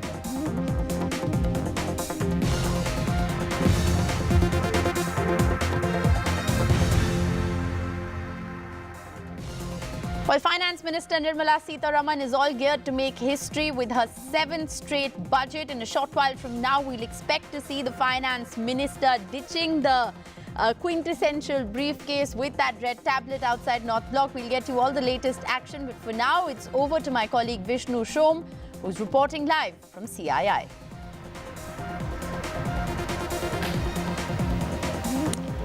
Well, good morning and welcome to all our viewers across India and indeed across the world. We do broadcast around the world, and today is an exciting day for so many looking at the Indian economy. It is important for 1 billion plus Indians. It's the union budget the third one presented, full budget presented by Nirmala Sitharaman, the finance minister. That's going to be at 11 a.m. in the morning, and throughout the morning, throughout the afternoon, and in our programming in the evening, we'll be telling you what A, the expectations are, B, the budget itself, and of course several reactions. But just in terms of a couple of broad themes that we'll be looking at in the hours ahead, income tax, and will there be relief on income tax? Is that something which can actually spur personal consumption? That's something we'll be looking at closely. Capital expenditure, so very important, and the entire debate on capital expenditure is on whether private expenditure can actually step up, because it's the government which is driving capital expenditure, which is good in pushing up our macro level numbers, but perhaps more needs to be done in terms of private capital expenditure. Renewable energy, solar power projects, we do need to think about the renewable sector. It is a critical part of our economy. Will there be critical parts of that which the finance minister will look at? Private consumption has lagged at 4%. That's what I mentioned. We need to improve that. And perhaps significantly as all of this, the entire issue of jobs. The economic survey yesterday said that India needs to create nearly 80 lakh jobs a year in order to sustain and improve our rate of growth. Mukesh Bhuttani with us right now, a familiar face on NDTV and somebody who has a lot of expectations himself. Thanks very much. So let's start off on a populist note, shall we? No prizes for guessing the question. Income tax. It probably makes sound sense to push up private consumption by bringing down income tax rates. Is that something we can expect or hope for? I think that is widely expected, primarily because it's been some time since the threshold for levy of tax was revised, number one. Number two, if you just simply look at the spike in inflation in 2023, though it was down in 2024 fiscal year, there has been a wide expectation that it will come down. Also rejigging of the schemes. So if you recall, 3 budgets back, an option was given to the taxpayer to choose between a tax savings versus a differential rate of tax without tax savings. I think there was a bit of a element of less of marketing that the government did to encourage taxpayers to move to the new scheme. So we could expect some changes there as well. It could be a complete transition, or it could be continuity of both the schemes, but with greater clarity. Yeah. Let's talk a little about capital expenditure. That really does pump the macro level numbers. India's overall GDP growth numbers extremely robust, the largest, most significant among growing economies. But that's been driven by the government. And there's nothing necessarily wrong in that at all. But in terms of private sector involvement in driving India's capital expenditure, what do you believe needs to be looked at in terms of policy initiatives to push that up? Well, I think there are adequate cues in the economic survey. I liked a concept coined by the chief economic advisor called a tripartite arrangement. He wants to make the state government and the private enterprises as very much a party to many of the recommendations that he's making in the economic policy, and one of the most important ones is the capital expenditure. So if you look at the capital expenditure, there are 2 phases for the last 4 years. I'm looking at the COVID year, the post-COVID recovery year. Obviously, in times of black swan events like the COVID, the federal government steps in, like it happened in many parts of the world, looks at leading the capital expenditure. I'm interrupting you for half a second because we've got images of the finance minister now having arrived from her residence to her office at North Block. So she's got a busy couple of about 2 hours before the budget actually is presented by her. From here, there'll be a photograph which is taken with those who were involved in the preparation of the budget. She then goes to Rashtrapati Bhavan and then makes her way to Parliament. And then, of course, we'll see her not with the Mr. Bhuttani with the budget suitcase, because that's passé. We're a digital India now. So a tablet which she holds up, and then she goes, and 11 a.m. that's what happens. So, it's a third budget, but I presume, there would be an element of nervousness there as well. But do carry on with your thoughts. We were talking about capital expenditure. I think she's fairly seasoned. She's breaking the record of Morarji Desai having rendered the budget for 6 consecutive years. So on the capex, the story is that post-COVID, federal government stepped in, like in many parts of the world, and they have been incurring a fair bit despite the revival of the economy, particularly in the last 2 years. The economic survey says that states have a role to play, and so does the private enterprises. So 2 pointers which are coming out very clearly in the survey: responsibility for capex, and more importantly, responsibility for employment generation, which is again coming out as a red flag in the economic survey. By doing that, I think the chief economic advisor, speaking for the finance minister, is throwing the responsibility equally on the private enterprises as well. And no better panel than CII to communicate that views. No, absolutely. Let's talk about jobs, because I think ultimately that's what we need to see. The economic survey said India must create 80 lakh jobs each year for the next 20 years. How does that happen? Jobs are never created in isolation. Neither can jobs be created by government or even state government upping their expenditure. Again, 2 aspects that have featured very prominently in the economic survey, and I would expect that it would be translated into budget proposals as well. 1, recognition of services as an avenue for job creation. In fact, the economic survey talks about the Global Capability Center, what started off as a Texas Instrument 1985 center in Bangalore, resulting in 150 multinationals creating global capability centers. But it equally talks about making entry norms easier, addressing the ease of doing business in India, thereby suggesting that we can do more from a reform standpoint to create more. All right, well, we're going to have to interrupt you there, Vishnu, because we're getting live pictures at the moment from North Block. That is Union Finance Minister Nirmala Sitharaman, along with the Minister of State for Finance, Pankaj Chaudhary, of course, geared up to make history.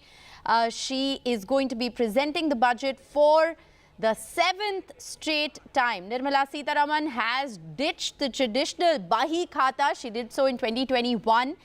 Continues the trend of presenting the budget in a paperless format. And what you can see there is, of course, a fascinating evolution from the traditional briefcase to the Made in India tablet that is in the Finance Minister's hand. She, of course, is in fact showing that tablet. Vishnu, if you can hear me at the moment, those are live pictures we are getting from North Block.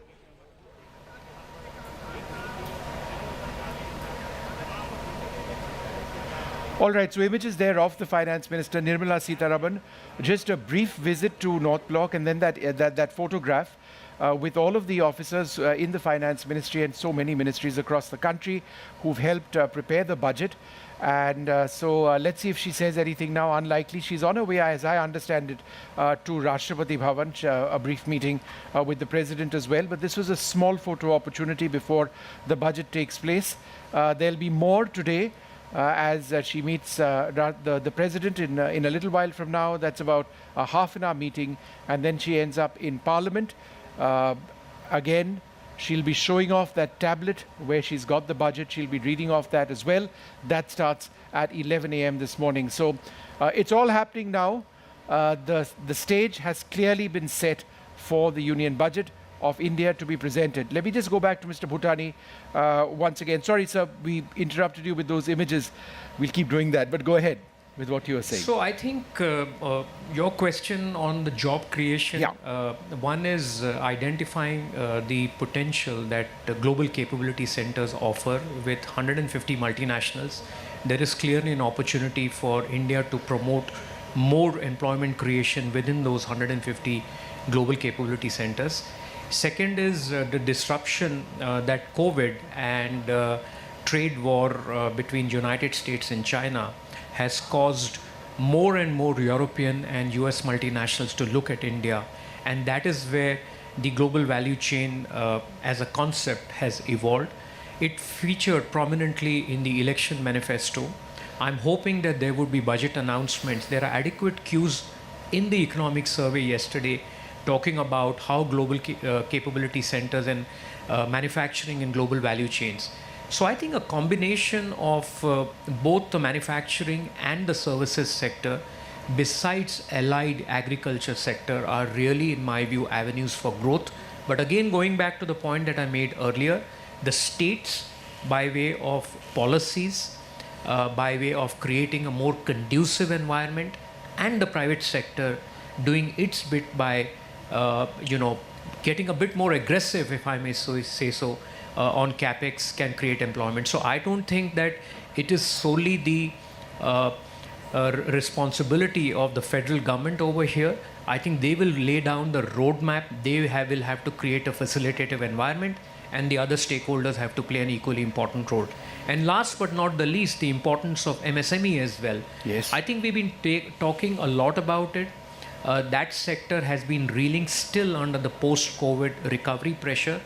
Besides the formalization of the economy that has happened, I think this is, in my view, just the right moment to create the MSME as impetus for growth by making sure that there is ease of compliance, ease of customs procedures, ease of their ability to be able to sell more and more Indian competitive manufactured products in countries with which we have free trade agreements. So I think it's really a bundle of opportunities that lie ahead of us. And in as much as there are those who say that while it's just not enough to look at the macro numbers, let's focus on that side for a moment, because the macro numbers, the overall GDP rate is very positive. Yes, private investment is lacking, but core inflation is benign. There does appear to be enough space for fiscal consolidation. I would say that the fiscal consolidation is now largely revenue driven. The kind of tax collections that we have experienced in the last 3 financial years, particularly 2 financial years, is unprecedented. The reasons for that are well known: increased compliance, the benefits, medium-term benefits of the GST spelling out. More importantly, for the first time, we are seeing both direct and indirect tax firing growth. Now, to some extent, you can argue that this is sustainable, particularly in the short to medium term. But I think, the whole notion about payment of taxes is all about, not just about compliance, but it's all about widening and deepening the tax base. I think the finance minister in the last 3 budgets has explored all forms of avenues for deepening and widening the tax base. So there is very limited policy scope for her to be able to deepen it further, widen it further.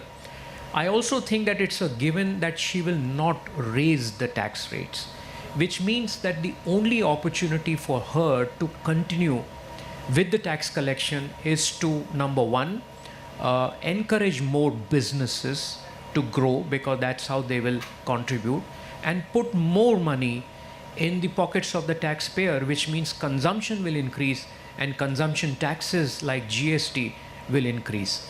So I think fiscal correction is largely tax collection driven and not with regard to curtailing expenditure. Okay. All right, so that's just a look at some of the key issues, and there are so many which we are going to be discussing, but just a reminder of what today is all about: the union budget presented by Nirmala Sitharaman, the third full budget under Modi 3.0. The finance minister presenting that tablet, which is where the budget is. She's going to be reading off that. She is now on her way to Rashtrapati Bhavan, would have reached over there. She has a meeting with the president, and then she heads to Parliament as well. So we'll be going through point by point all the important points on the budget, what we can expect. But for the moment, there are also all sorts of expectations, reactions coming in from political voices as well. It's over to my colleague, Maria Shakil. Maria?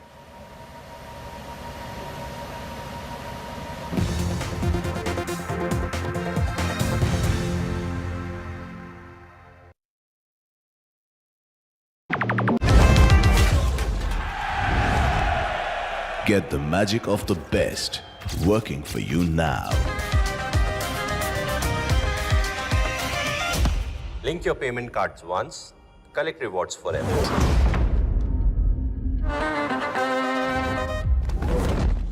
Loan मिलेगा या नहीं, ये आपके credit score पे depend करता है। तो आज ही अपना क्रेडिट स्कोर चेक करें फ्री में पैसाबाजार.com पर। लोन की जरूरत कभी भी किसी को भी पड़ सकती है। ठीक से एक्टिंग नहीं। पैसाबाजार.com। Stay informed and entertained with the new and updated NDTV News app. You can watch all our channels live, listen to podcasts, read breaking and exclusive news from around the world and more. Download the NDTV app today and get access to the best journalism and storytelling on your smartphone or tablet. The NDTV app. News that matters to you. After great victory by Indian team, and today we are reporting from Mohali International Airport where we are showing these visuals. Arshdeep हमारे साथ हैं। ਉਹਦੀ performance ਆਈ ਸਾਰਿਆਂ ਦੀ ਤੇ ਵਧੀਆ results ਮਿਲੇ। We are in the city of Kanpur today because they have their champion back home, Kuldeep Yadav. Desperation for each and everyone to go there and win the World Cup, and we did it.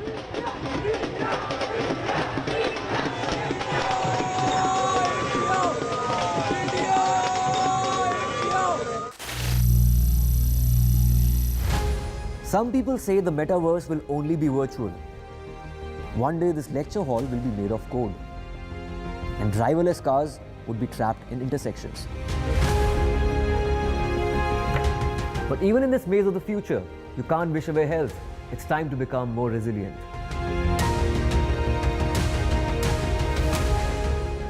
"10 years of Banega Swasth India, we have grown and achieved so many milestones.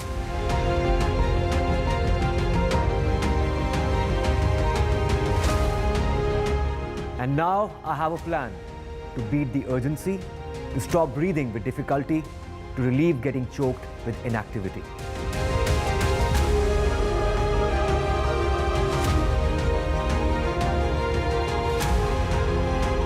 Energize our government, our environment, our society, and ourselves.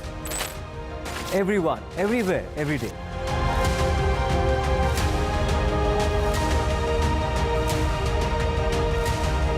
Banega Swasth India.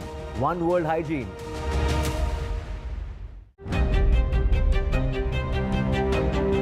Hello and welcome to India Sense, where I speak with global opinion makers. The United States has made a strategic decision over the last 20 years to move closer to India. So a $7 trillion economy seems a perfectly conceivable number. If you want to be a national party, it's that you sort of accept the way the world is rather than want to endlessly hark back to how it was. Modi is promoting the digitization of the economy, which is accelerating growth in the country. Get ready for the ride of your life. NDTV brings you the NDTV Auto Show with me, Mugdha Mishra. From the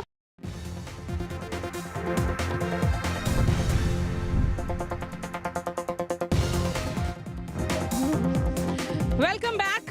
We are coming to you live from Buget Chowk next to Parliament, the new Parliament building, which will be witnessing history as Nirmala Sitharaman presents her 7th consecutive budget.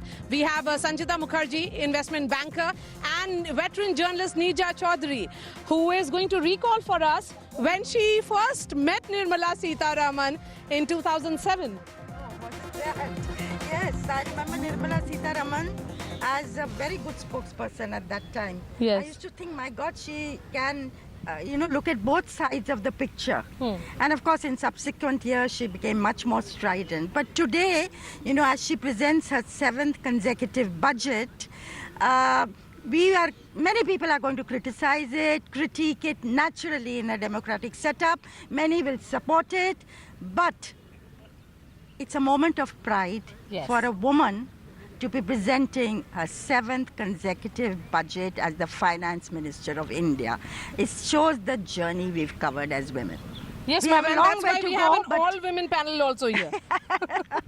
That's right. So, as someone who has tracked her journey, what is one thing that you realize that she has, has been there strongly, being supportive of the Prime Minister for 10 years. She has complete support of the Prime Minister. She has, and it is not that she started off that way. She was seen to be close to Arun Jaitley at that time, but she has very clearly stayed the course. Yes. Very aware of the compulsions as well as the opportunities to seize. So that says something for her also. As I say, we are going to, in a few hours, probably be criticizing her very vigorously. I don't know whether we will, but given the challenge she has, yes, it's a big challenge today in the first budget in Narendra Modi's term 3. Not easy, given the fact that they didn't get a clear majority, and for reasons which are clear: unemployment, rising prices, how they are going to address those very difficult issues. Some of it was reflected in the economic survey that Nirmala Sitharaman presented to Parliament. But let's see. Everybody is waiting to see how she's going to, in moments from now. Yes, and I'll ask you about coalition compulsion in just a bit. But before that, Sanchita, thank you so much. Lots being said in terms of the capex. The focus has been on Viksit Bharat Roadmap 2047. What is your anticipation as an investment banker? Thank you so much for having me over. So I'll just quickly clarify. It's sweltering heat. It's sweltering heat, and yes, I'm wearing my katha because budget is a very crucial and important day. I'm not an investment banker. I'm a business economist and a finance professional. And this capex is very, very crucial, not just for the finance sector, not just for the for anything, but it's a huge multiplier for the economy. It's very good for the country because investment in capex, public capex, which the government has been doing the heavy lifting for the last couple of years in infrastructure, in the manufacturing sector. There was a point in time in our generation, we never really thought that manufacturing will take off the way it has with the PLI and the Make in India and the China +1 policy. So for every 1 rupee put into the infrastructure manufacturing sector, it creates multiplier effect in job creation, which right now I think is a very, very crucial stage and a lot of discussions being done. So yes, we are looking forward for this government to continue with the heavy lifting in public capex, in infrastructure, in green-oriented infrastructure, and also investments in education, skill building, where we feel there's a lap in terms of, it's not that jobs aren't there. Meaningful jobs are there. New age businesses are coming up like how. But there's a gap in the skill. So investment in education, the way we have gone about with investment in defense manufacturing and all of that, making India so self-reliant in defense manufacturing, we can do the same model when it comes to education and skill building. Yes, but the economic survey has talked about skilling gap. And where does the government fit in, and where does the role of the private sectors fit in, particularly for bridging that skilling gap? Very, very important question. I was just reading a report a couple of days back which clearly stated last year close to 46.86 lakh jobs were created in the financial services sector. However, only close to 27.5 lakh jobs actually materialized in terms of applicants filling up these positions. So 18 lakh positions went vacant because the skill set wasn't there. Now what stops the public, the private institutions, the large think tanks, educational institutions, the state government and central government coming together, which the economic survey termed as the tripartite compact, right? These players need to come together to address this very issue of the skill gap that we're talking about, because let's understand, tomorrow we're going to be living in an AI-driven world. For AI to be able to create newer jobs rather than displacing old ones, we need a very conclusive central policy which will bring together state government and private to address the skill gap. We cannot be sitting with old curriculum, age-old curriculum with a bunch of just handful of colleges. Okay. We have Nayantara Kochar also joining us and Rudra Chatterjee. But before I bring both of them, let's discuss the politics of budget, because politics and economics, as they say, ma'am, go hand in hand.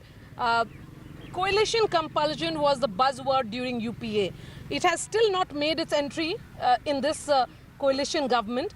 But given the fact that Modi government is speaking from the position of strength, are you expecting some big announcements or packages for Andhra Pradesh and Bihar?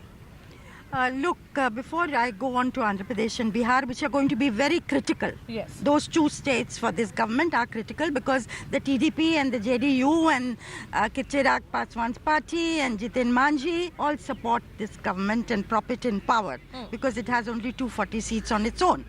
But this is likely to be a political budget.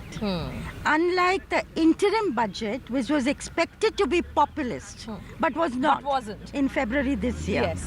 And it showed the confidence of the government. They thought we are coming back to power, so we can concentrate more on fiscal consolidation rather than populist measures before the election. This, the first budget normally of any government, is when they tend to take hard measures. But I don't expect them to do that because of 2-3 reasons. One, because they have very critical elections in the states down the road. Maharashtra, Haryana, Jharkhand this year, Delhi and Bihar next year. And of course, in addition to winning one more state, which they'd like to, any party would like to, they have to prove that Narendra Modi's popularity remains undimmed. So if they win 2 out of these 3 elections this year, it's very it critical. will go. It's very, very critical for them. Now, as far as coalition management, so far they have done well.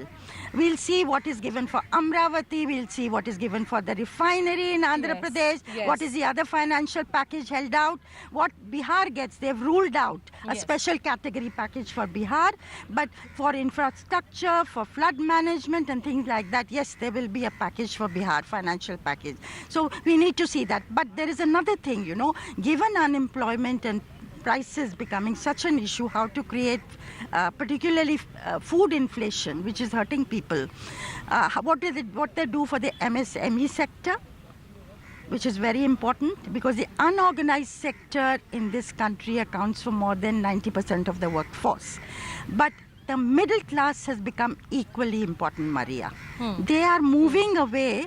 They moved away. They showed signs of moving away from the BJP in the Lok Sabha election. But I hear stray voices now. Yes. यहाँ भी in Maharashtra, people saying, हमने ज़्यादा तो नहीं कर दिया. We wanted to give them a jhatka, a jolt, that they don't get, you know, it's not unbridled power that they exercise. But have we done little too much? So with this kind of thing happening, a rethink beginning to happen in sections of the middle class, there is a window of opportunity. Let's see how Nirmala Sitharaman utilizes it. Will she go for tax cuts, which the middle class is expecting? Okay, Nayantara, some tax cuts, is that what your calculation is? Or are you of the opinion that it will be a political budget as ma'am is putting it here? Hi, good morning. As much as any change in the personal tax regime is welcome, these are all indirect measures to boost consumer spending. What we need to realize is all this job creation, 80 lakh job creation that Vishnu, everyone has been talking about, this is actually going to come not fueled by the large metros. This will primarily have to be driven by new job creators. And these new job creators are people like me, entrepreneurs, small startups. One of the simplest ways that we can achieve this is to kind of bring about a unified platform for logistics, for last mile delivery. We pass on the benefits from these spending to the rural areas where these accrued spendings can be utilized by startups, by business to consumer companies in rural areas. Now, non-metro job creation is not talked about as much, but that is the need of the hour. Our current GDP is pegged quite low at about 6.5 to 7%. And in my opinion, this is primarily because of the dearth in access to capital. It has become quite a tough ecosystem, even despite being the 3rd largest startup ecosystem in the world. The tax regime for attracting investment is so cumbersome that if you want to create these jobs, you have to simplify the tax regime. One of the ways that we can kind of do that is to revitalize the economy, simplify the ease of doing business at whatever scale across India. Okay, so the ease of doing business will be the buzzword, and even as we look at those visuals that is now will start coming in from the Rashtrapati Bhavan. But political budget or populist budget or middle class budget? Thank you. Again, a very pertinent question. My co-panelist termed it very well, but I differ with her on a couple of points. I would think that the government for the last couple of years has done extremely well for the economy in terms of, I mean, it's been tabled yesterday, the economic survey. India's economy is very strong and stable in the face of global headwinds. We are right now in the middle of 2 wars, inflation abroad, inflation which is affecting us in terms of oil prices, all of that. But I think the government has steered through all of this very well. So I do not think it's going to be an all-in-all out populist budget. I think the focus on fiscal consolidation, on infrastructure, on meaningful development will remain.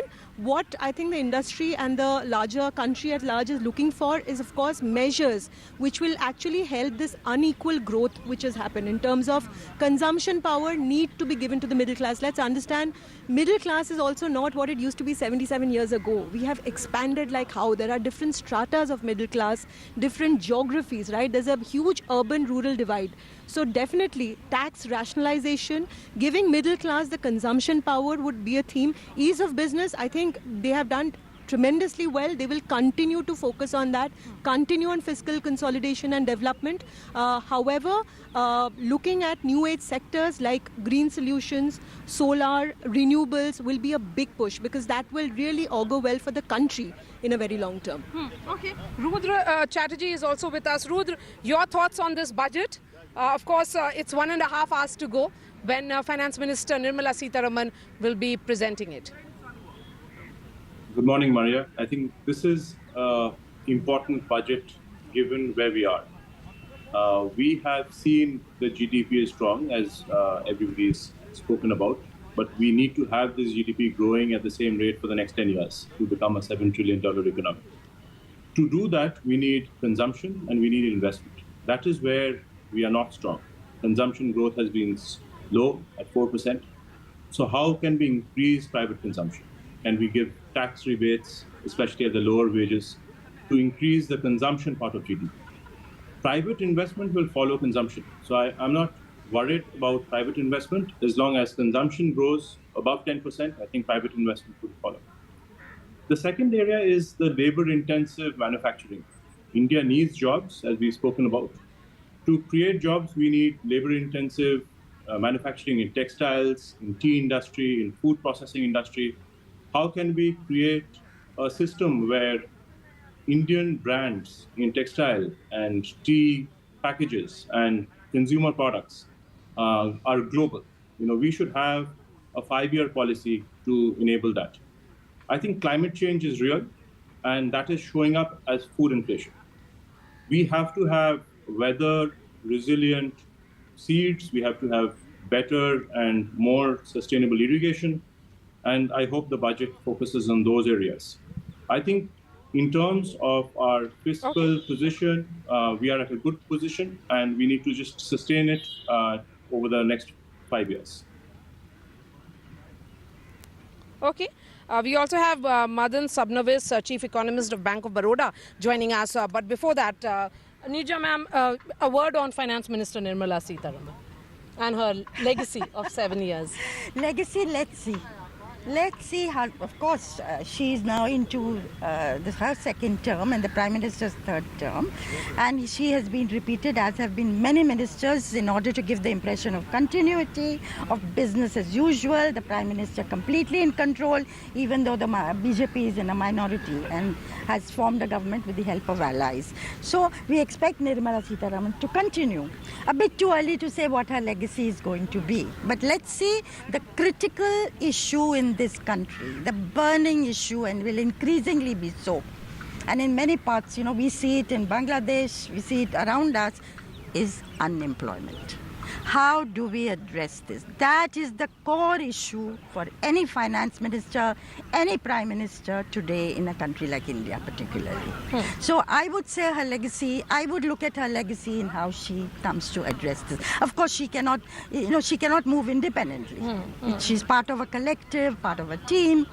But, one would watch her for that, certainly. I would say another thing, Maria, that the Prime Minister and the Finance Minister and this government have successfully so far dealt with the coalitional challenges within. Yes. Not, But it's early days, ma'am.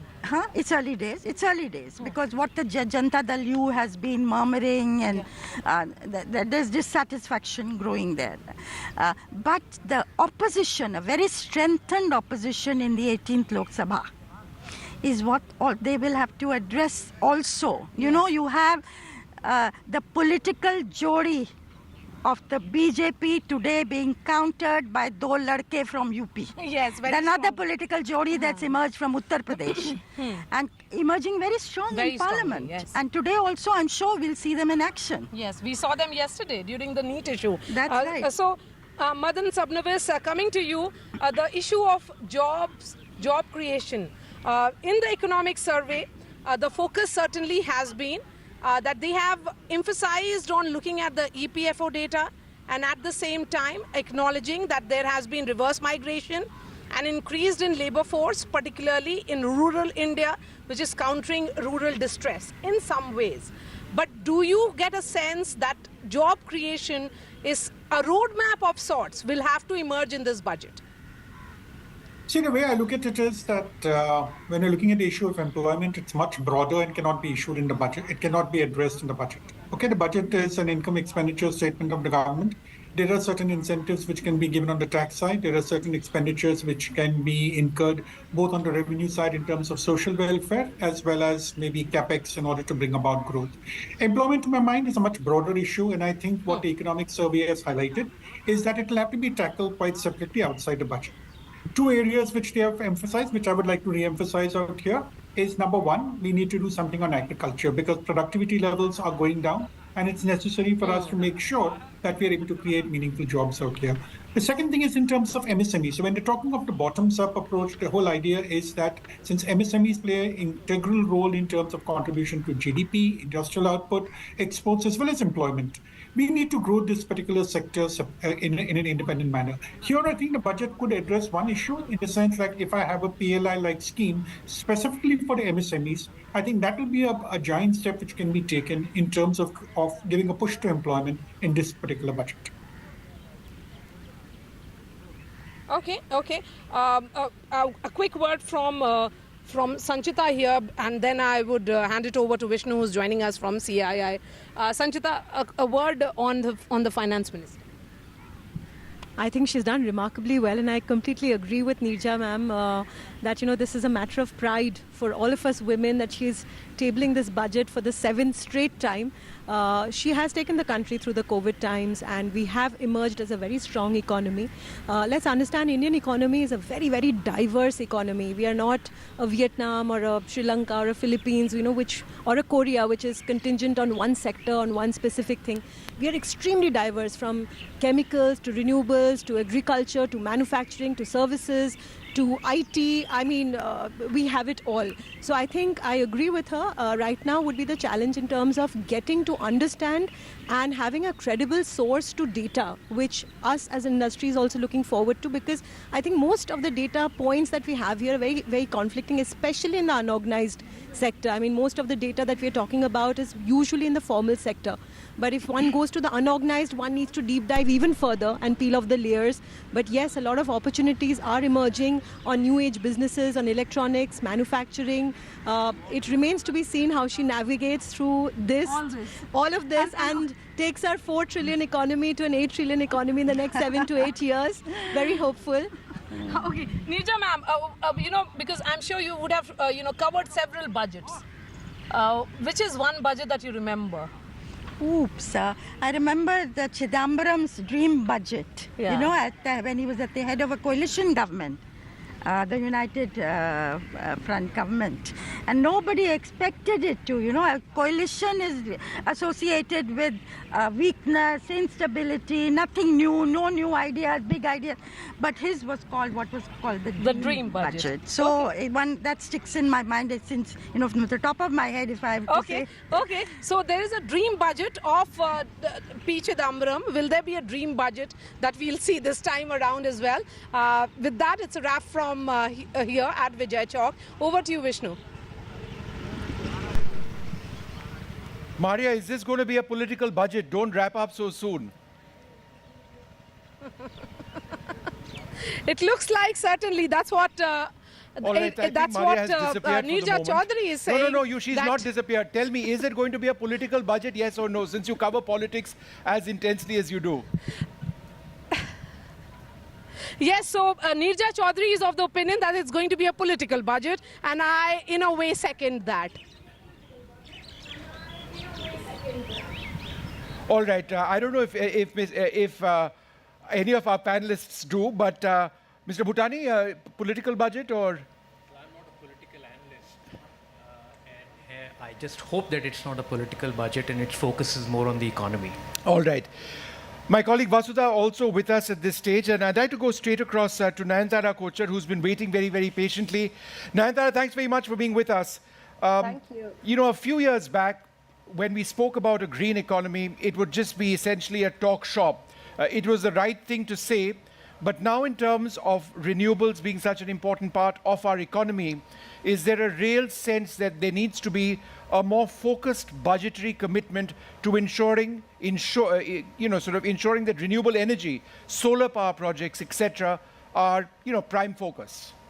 Yes, I agree. And look, I live in Bangalore, so I'm surrounded by all my deliveries happening on an electric bike from a guy who's come from a neighboring village in Karnataka. This is the reality that we live in.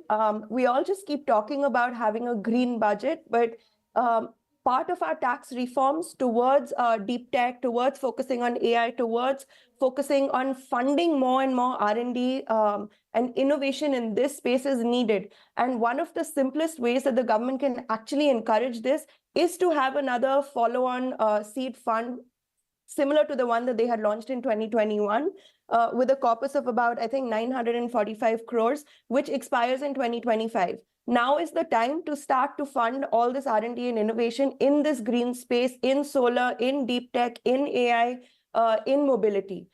When I made a previous point about simplifying the logistics platform, having a unified platform for last mile delivery in India, this is actually going to be the enabler for job creation, for 80 lakh jobs to be created in the non-metros. This is all going to come from non-rural workforce. Now, there is also a dearth of skilling for these jobs. So if we can tie the two together, where we are kind of focusing on building the infrastructure to support these green initiatives, also the development around these jobs and the skilling, I think that India will be far ahead in terms of just mapping jobs, skills, and this ecosystem. It's not happening right now, but it's just interrupting you for a moment. We've got images over here of the finance minister with the president. It's a short meeting with the president just before, and it's part of protocol, before she goes to Parliament to present the budget. And she's just some blessings from the president over there.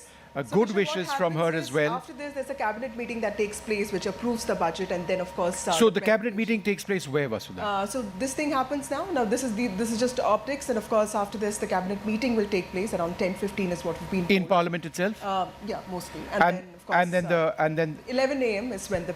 I'm curious to know what a cabinet meeting so close to the budget would actually be about. Of approval procedure protocol. It's right, because nothing fundamental would get discussed. It's all sort of done and dusted. It's in that iPad, or it's an Indian tablet, or Vishnu, it's all continuous. But Apple products are made in India now, so you never know what it is. I think it's not the khata anymore. It's a tablet. Anymore. Yes, yeah, it's a tablet. Vasudha, go ahead. But also, Madan Sabnavis joins us. He is the chief economist of the Bank of Baroda.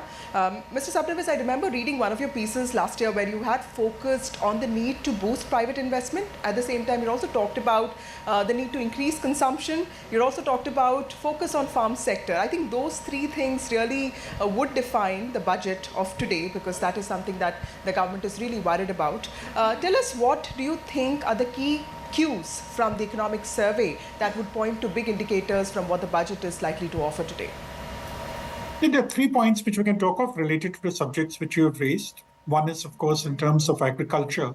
where we have over 40% of our labor force which is employed out here, it is necessary to make it a bit more commercial so that it becomes remunerative for the farmers who are there, because we have seen reverse migration taking place in the past.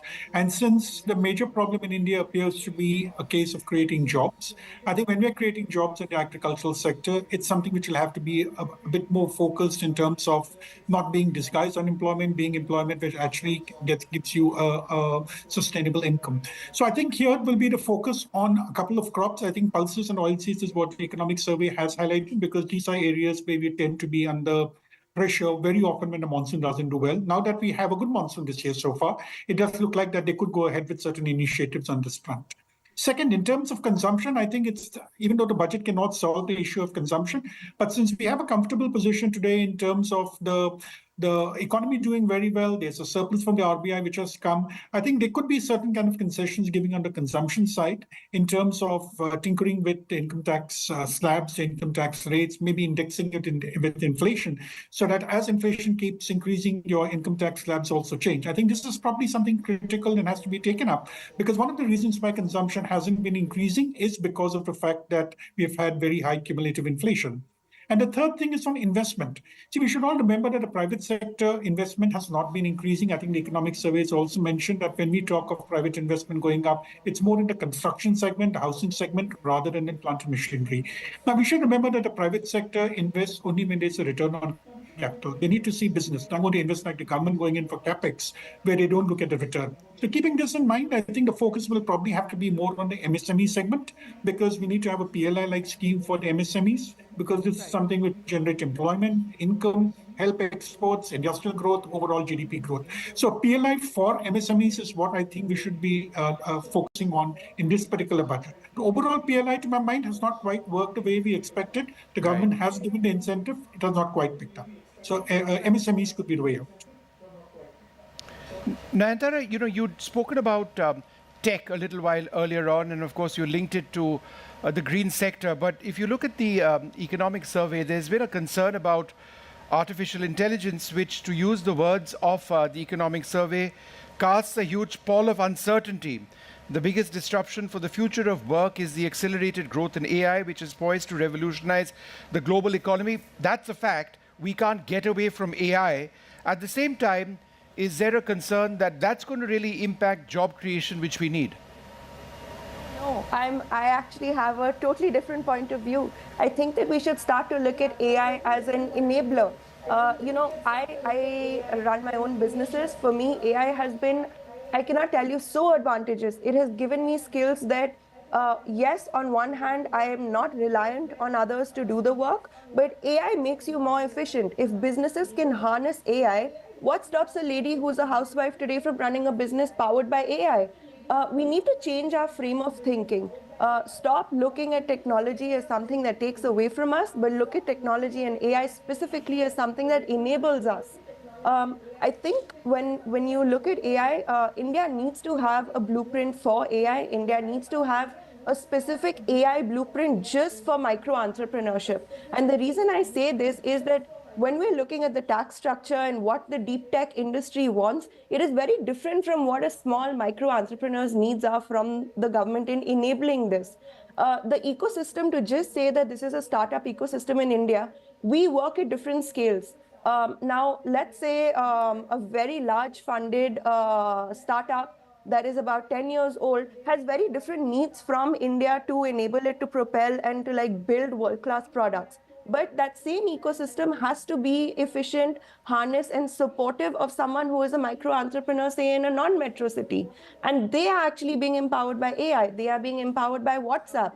They are being empowered by multiple platforms and fintech platforms that work for a single person like this.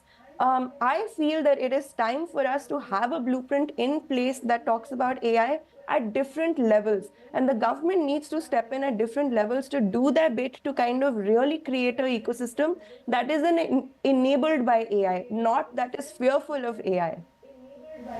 Right.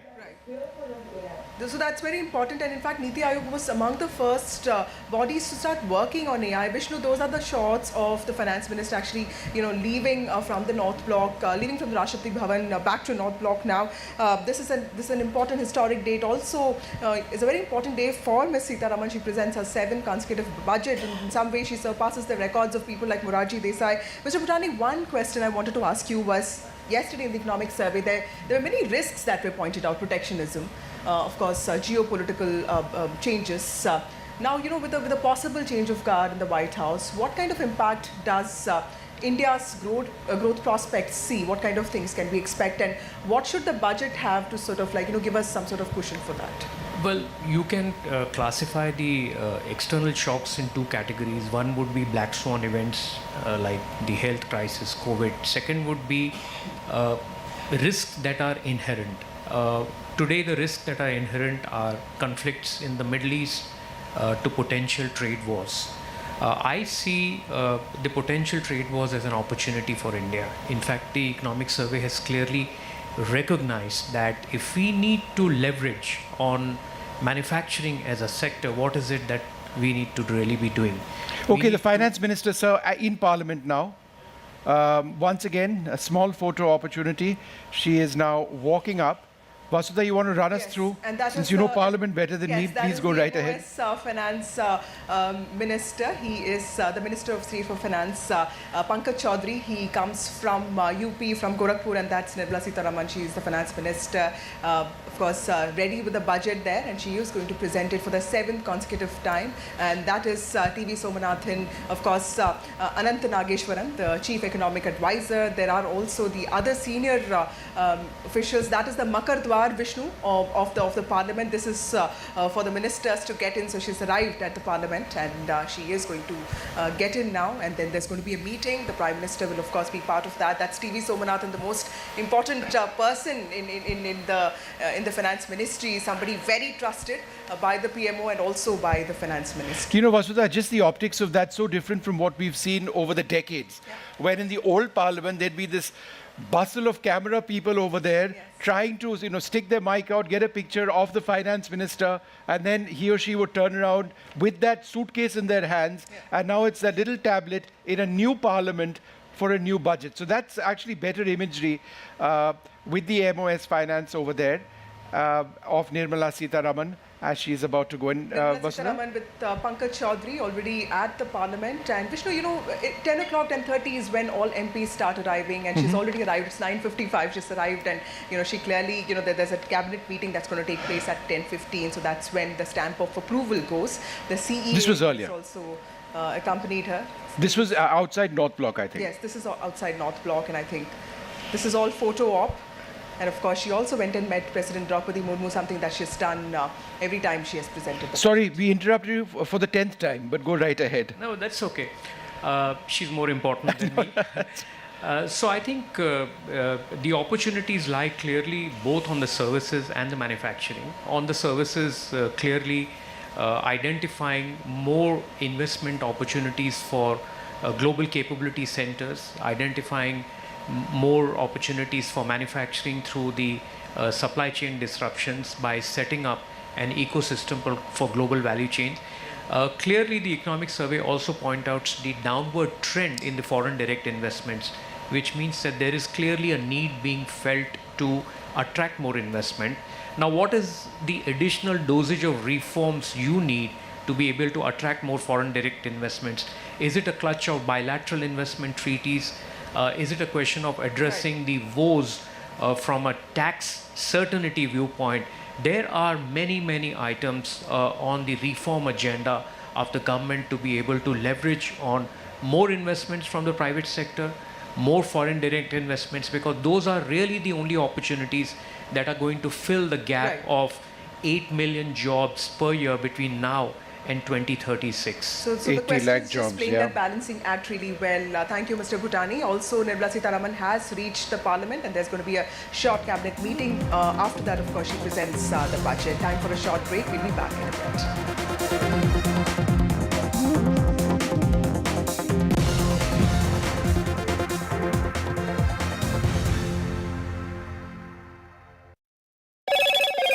Hello, Moto. Motorola, India's best 5G smartphone brand.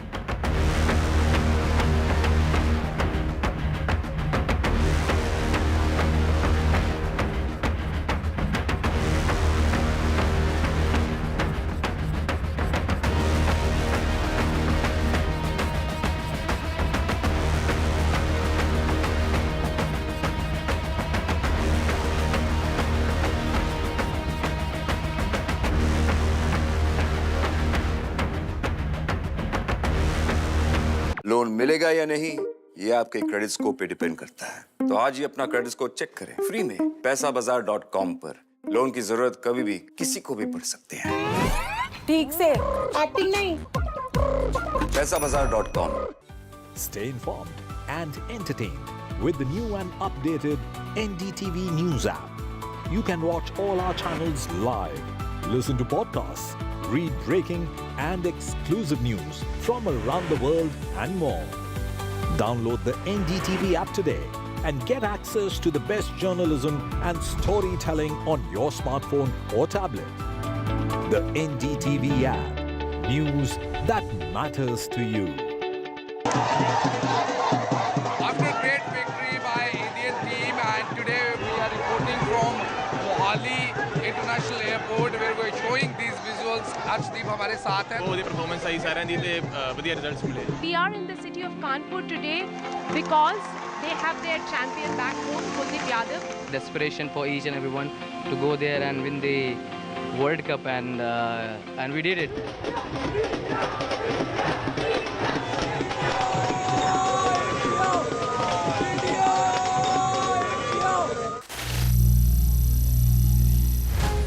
Some people say the metaverse will only be virtual. One day this lecture hall will be made of code, and driverless cars would be trapped in intersections. But even in this maze of the future, you can't wish away health. It's time to become more resilient.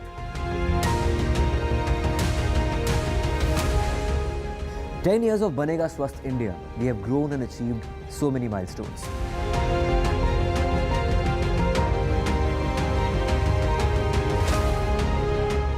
And now I have a plan to beat the urgency, to stop breathing with difficulty, to relieve getting choked with inactivity.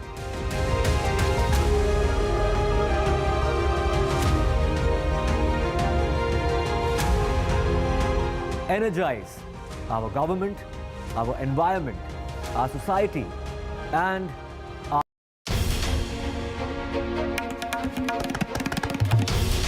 This is NDTV, and you're watching NDTV 24/7.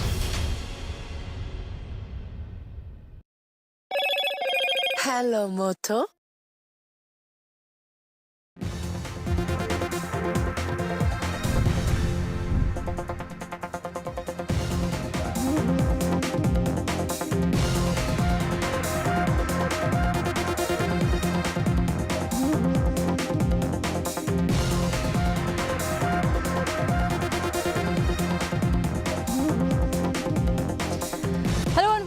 Watching NDTV 24/7, our continuous coverage of the Union Budget here on NDTV. We have Vishnu Shom joining us from CII, Maria Shakil reporting live from outside Parliament. This as Prime Minister Narendra Modi has just reached Parliament, and Union Finance Minister Nirmala Sitharaman all set to make history, presenting her 7th straight budget. She's arrived in Parliament with that tablet in the red pouch. She's going to present the paperless budget. In an hour from now, we'll get you all the latest action. First up, the headlines. Aam Aadmi pins hope on tax relief as Union Finance Minister Nirmala Sitharaman is all set to present her 7th straight budget. This is the budget for 2024. It is the first budget of Modi 3.0's coalition government. Also the first budget amid food inflation concerns. The pre-budget economic survey was tabled in Parliament yesterday. It suggests that the economy is on a strong wicket. The economy is estimated to have grown at 8.2% in financial year 2024. The economic survey acknowledges food inflation concerns as well. Another infiltration bid foiled in Jammu along the line of control. One soldier has been injured in heavy firing. An encounter is underway in Jammu's Battal sector.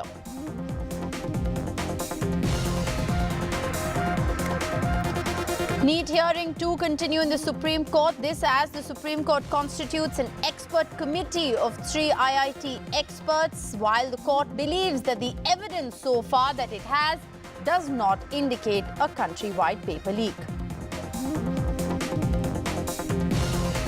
After Tamil Nadu, Karnataka and Bengal now oppose the NEET exam, Karnataka cabinet has passed a resolution against NEET. They've moved to opt for an alternative medical exam. West Bengal Assembly to move a resolution on the NEET mess today.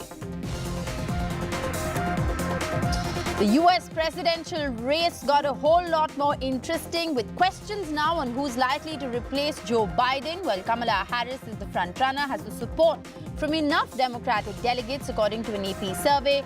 Kamala Harris is favored, but questions still remain.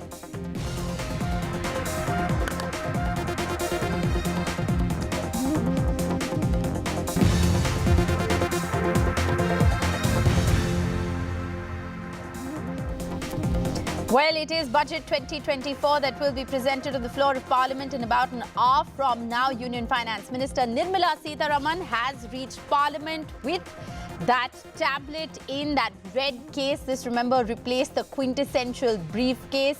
She's met with President Draupadi Murmu. Those are visuals coming in from inside Rashtrapati Bhavan as Finance Minister Nirmala Sitharaman, along with MOS Finance Pankaj Chaudhary, met with the President of India. They've both reached Parliament now, and Prime Minister Modi has also reached Parliament. The budget will be presented, like I said, in an hour from now. My colleague Aishwarya sent us this report. Finance Minister Nirmala Sitharaman has just arrived at the Parliament, and there you can see in the visuals, Finance Minister Nirmala Sitharaman has just arrived, and she is now entering the Parliament premises over here along with MOS Finance Pankaj Chaudhary from Makardwar. She is entering the Parliament premises, and there you can see in the visuals Nirmala Sitharaman, who is set to set to pronounce the budget for 7th straight time, and this is Modi government 3.0 first budget. Nirmala Sitharaman, there you can see in the visuals as far as the budget is concerned, she will be presenting it, and just behind me in the visuals it is Finance Minister along with MOS Finance Pankaj Chaudhary. She presented the economic survey yesterday, and today, after leaving from Finance Ministry, she directly headed to Rashtrapati Bhavan, and from there now she has reached to the Parliament, and the Cabinet now will be approving this budget, after which at 11 a.m.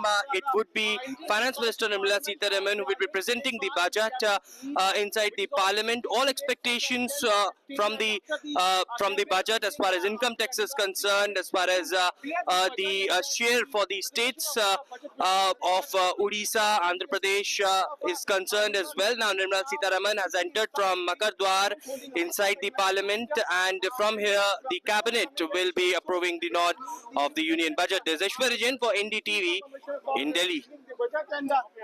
All right, that was Aishwarya Jain reporting from outside Parliament, just as Finance Minister Nirmala Sitharaman walked into Parliament holding that red pouch. Well, that is the Bahi Khata, as it's traditionally called, which contains the tablet through which Finance Minister will be reading out the paperless budget in an hour from now. Well, like I said, we have our team fanned out across CII as well as Vijay Chowk to get you all the latest analysis from experts. It's over to you, Vishnu, for more. Rishika, thanks very much. What an exciting day it is. It's a day when more than 1 billion plus Indians and indeed people around the world would be looking expectedly at the union budget. Less than an hour to go. The finance minister went to her office. She went to Rashtrapati Bhavan. There will be a small meeting of the union cabinet inside Parliament. She is in Parliament right now before the budget gets presented. There are so many key issues that we are looking at. The issue which a lot of people watching this bulletin would be, or this broadcast would be looking at, is potential relief on the income tax front. That makes sense, some would suggest, from so many perspectives. It drives growth. It enhances private consumption. The entire issue, of capital expenditure and the role of private industry versus what the government is doing. Research and innovation, we've not spoken about that. AI is a consumption. And of course, job creation. And these are just a couple of issues. And of course, inflation, the basic inflation numbers, and of course, food inflation, which remains a cause of concern. So many issues which the Finance Minister will have to address. We're also joined at this stage by Mr. R. Mukundan, Vice President of CII. Thanks very much for being with us. And we've also got Vivek Gupta, partner and leader at Deloitte with us. Thank you, Vivek, for being with us. Mr. Mukundan, let's talk a little bit about job creation right now. If you look at what the economic survey said, we need to be creating 80 lakh jobs on a consistent basis each year for 20 years. How does that happen? So, Vishnu, I think in terms of jobs itself, when you meet people all over India, I think jobs is certainly a community issue, but I think from the industry side, skill is also equally an issue. So I think the focus on skills, how do you transform our youth to be highly skilled, I think is very, very critical. I think government has done a terrific job when it sort of, towards the end of its term, in looking at credit scheme by which you could get credits for your skills, upgrade your skills, and private sector can play a role now. Companies can certify skills, which is a new change which they brought about. I think this is going to be a wonderful change because companies can then drive the skill development within the youth. The second issue as far as jobs are concerned, whether we like it or not, jobs will be created in MSME. I think very, very critical. But more importantly, I think it is not just MSME. MSME, whatever we do with MSME has to be linked with our trade policy. There is a mention of fundamentally looking at this opportunity which is there in the world where they're looking for more resilience. How do we connect our MSME to international markets? Not just Indian market is going to be the second piece of the puzzle. Third is if we want to succeed in trade, I think what key issue is competitiveness. And the two factors which are critical for competitiveness are power and logistics. I think on logistics, we should continue the investment in infrastructure. We should continue to push hard in terms of making sure that our green transition, our move towards power availability in plenty, we continue the pace. I think these would be broadly, I would say, 4 or 5 things we need to do. Skills, focus on MSME, making sure infrastructure moves forward. You know, Vivek, just on the issue of skilling, it is so very important. There's been a mission for skilling in this country. But in terms of how that actually is generating fresh jobs, the numbers are not very impressive, at least the numbers which are visible to us. In terms of future initiatives linked to skilling and the scale at which it needs to be done, what are some of your key thoughts? See, India is one of the few countries in the world where our graduates are not directly employable in industry, or a large portion of our graduates are not directly employable in industry.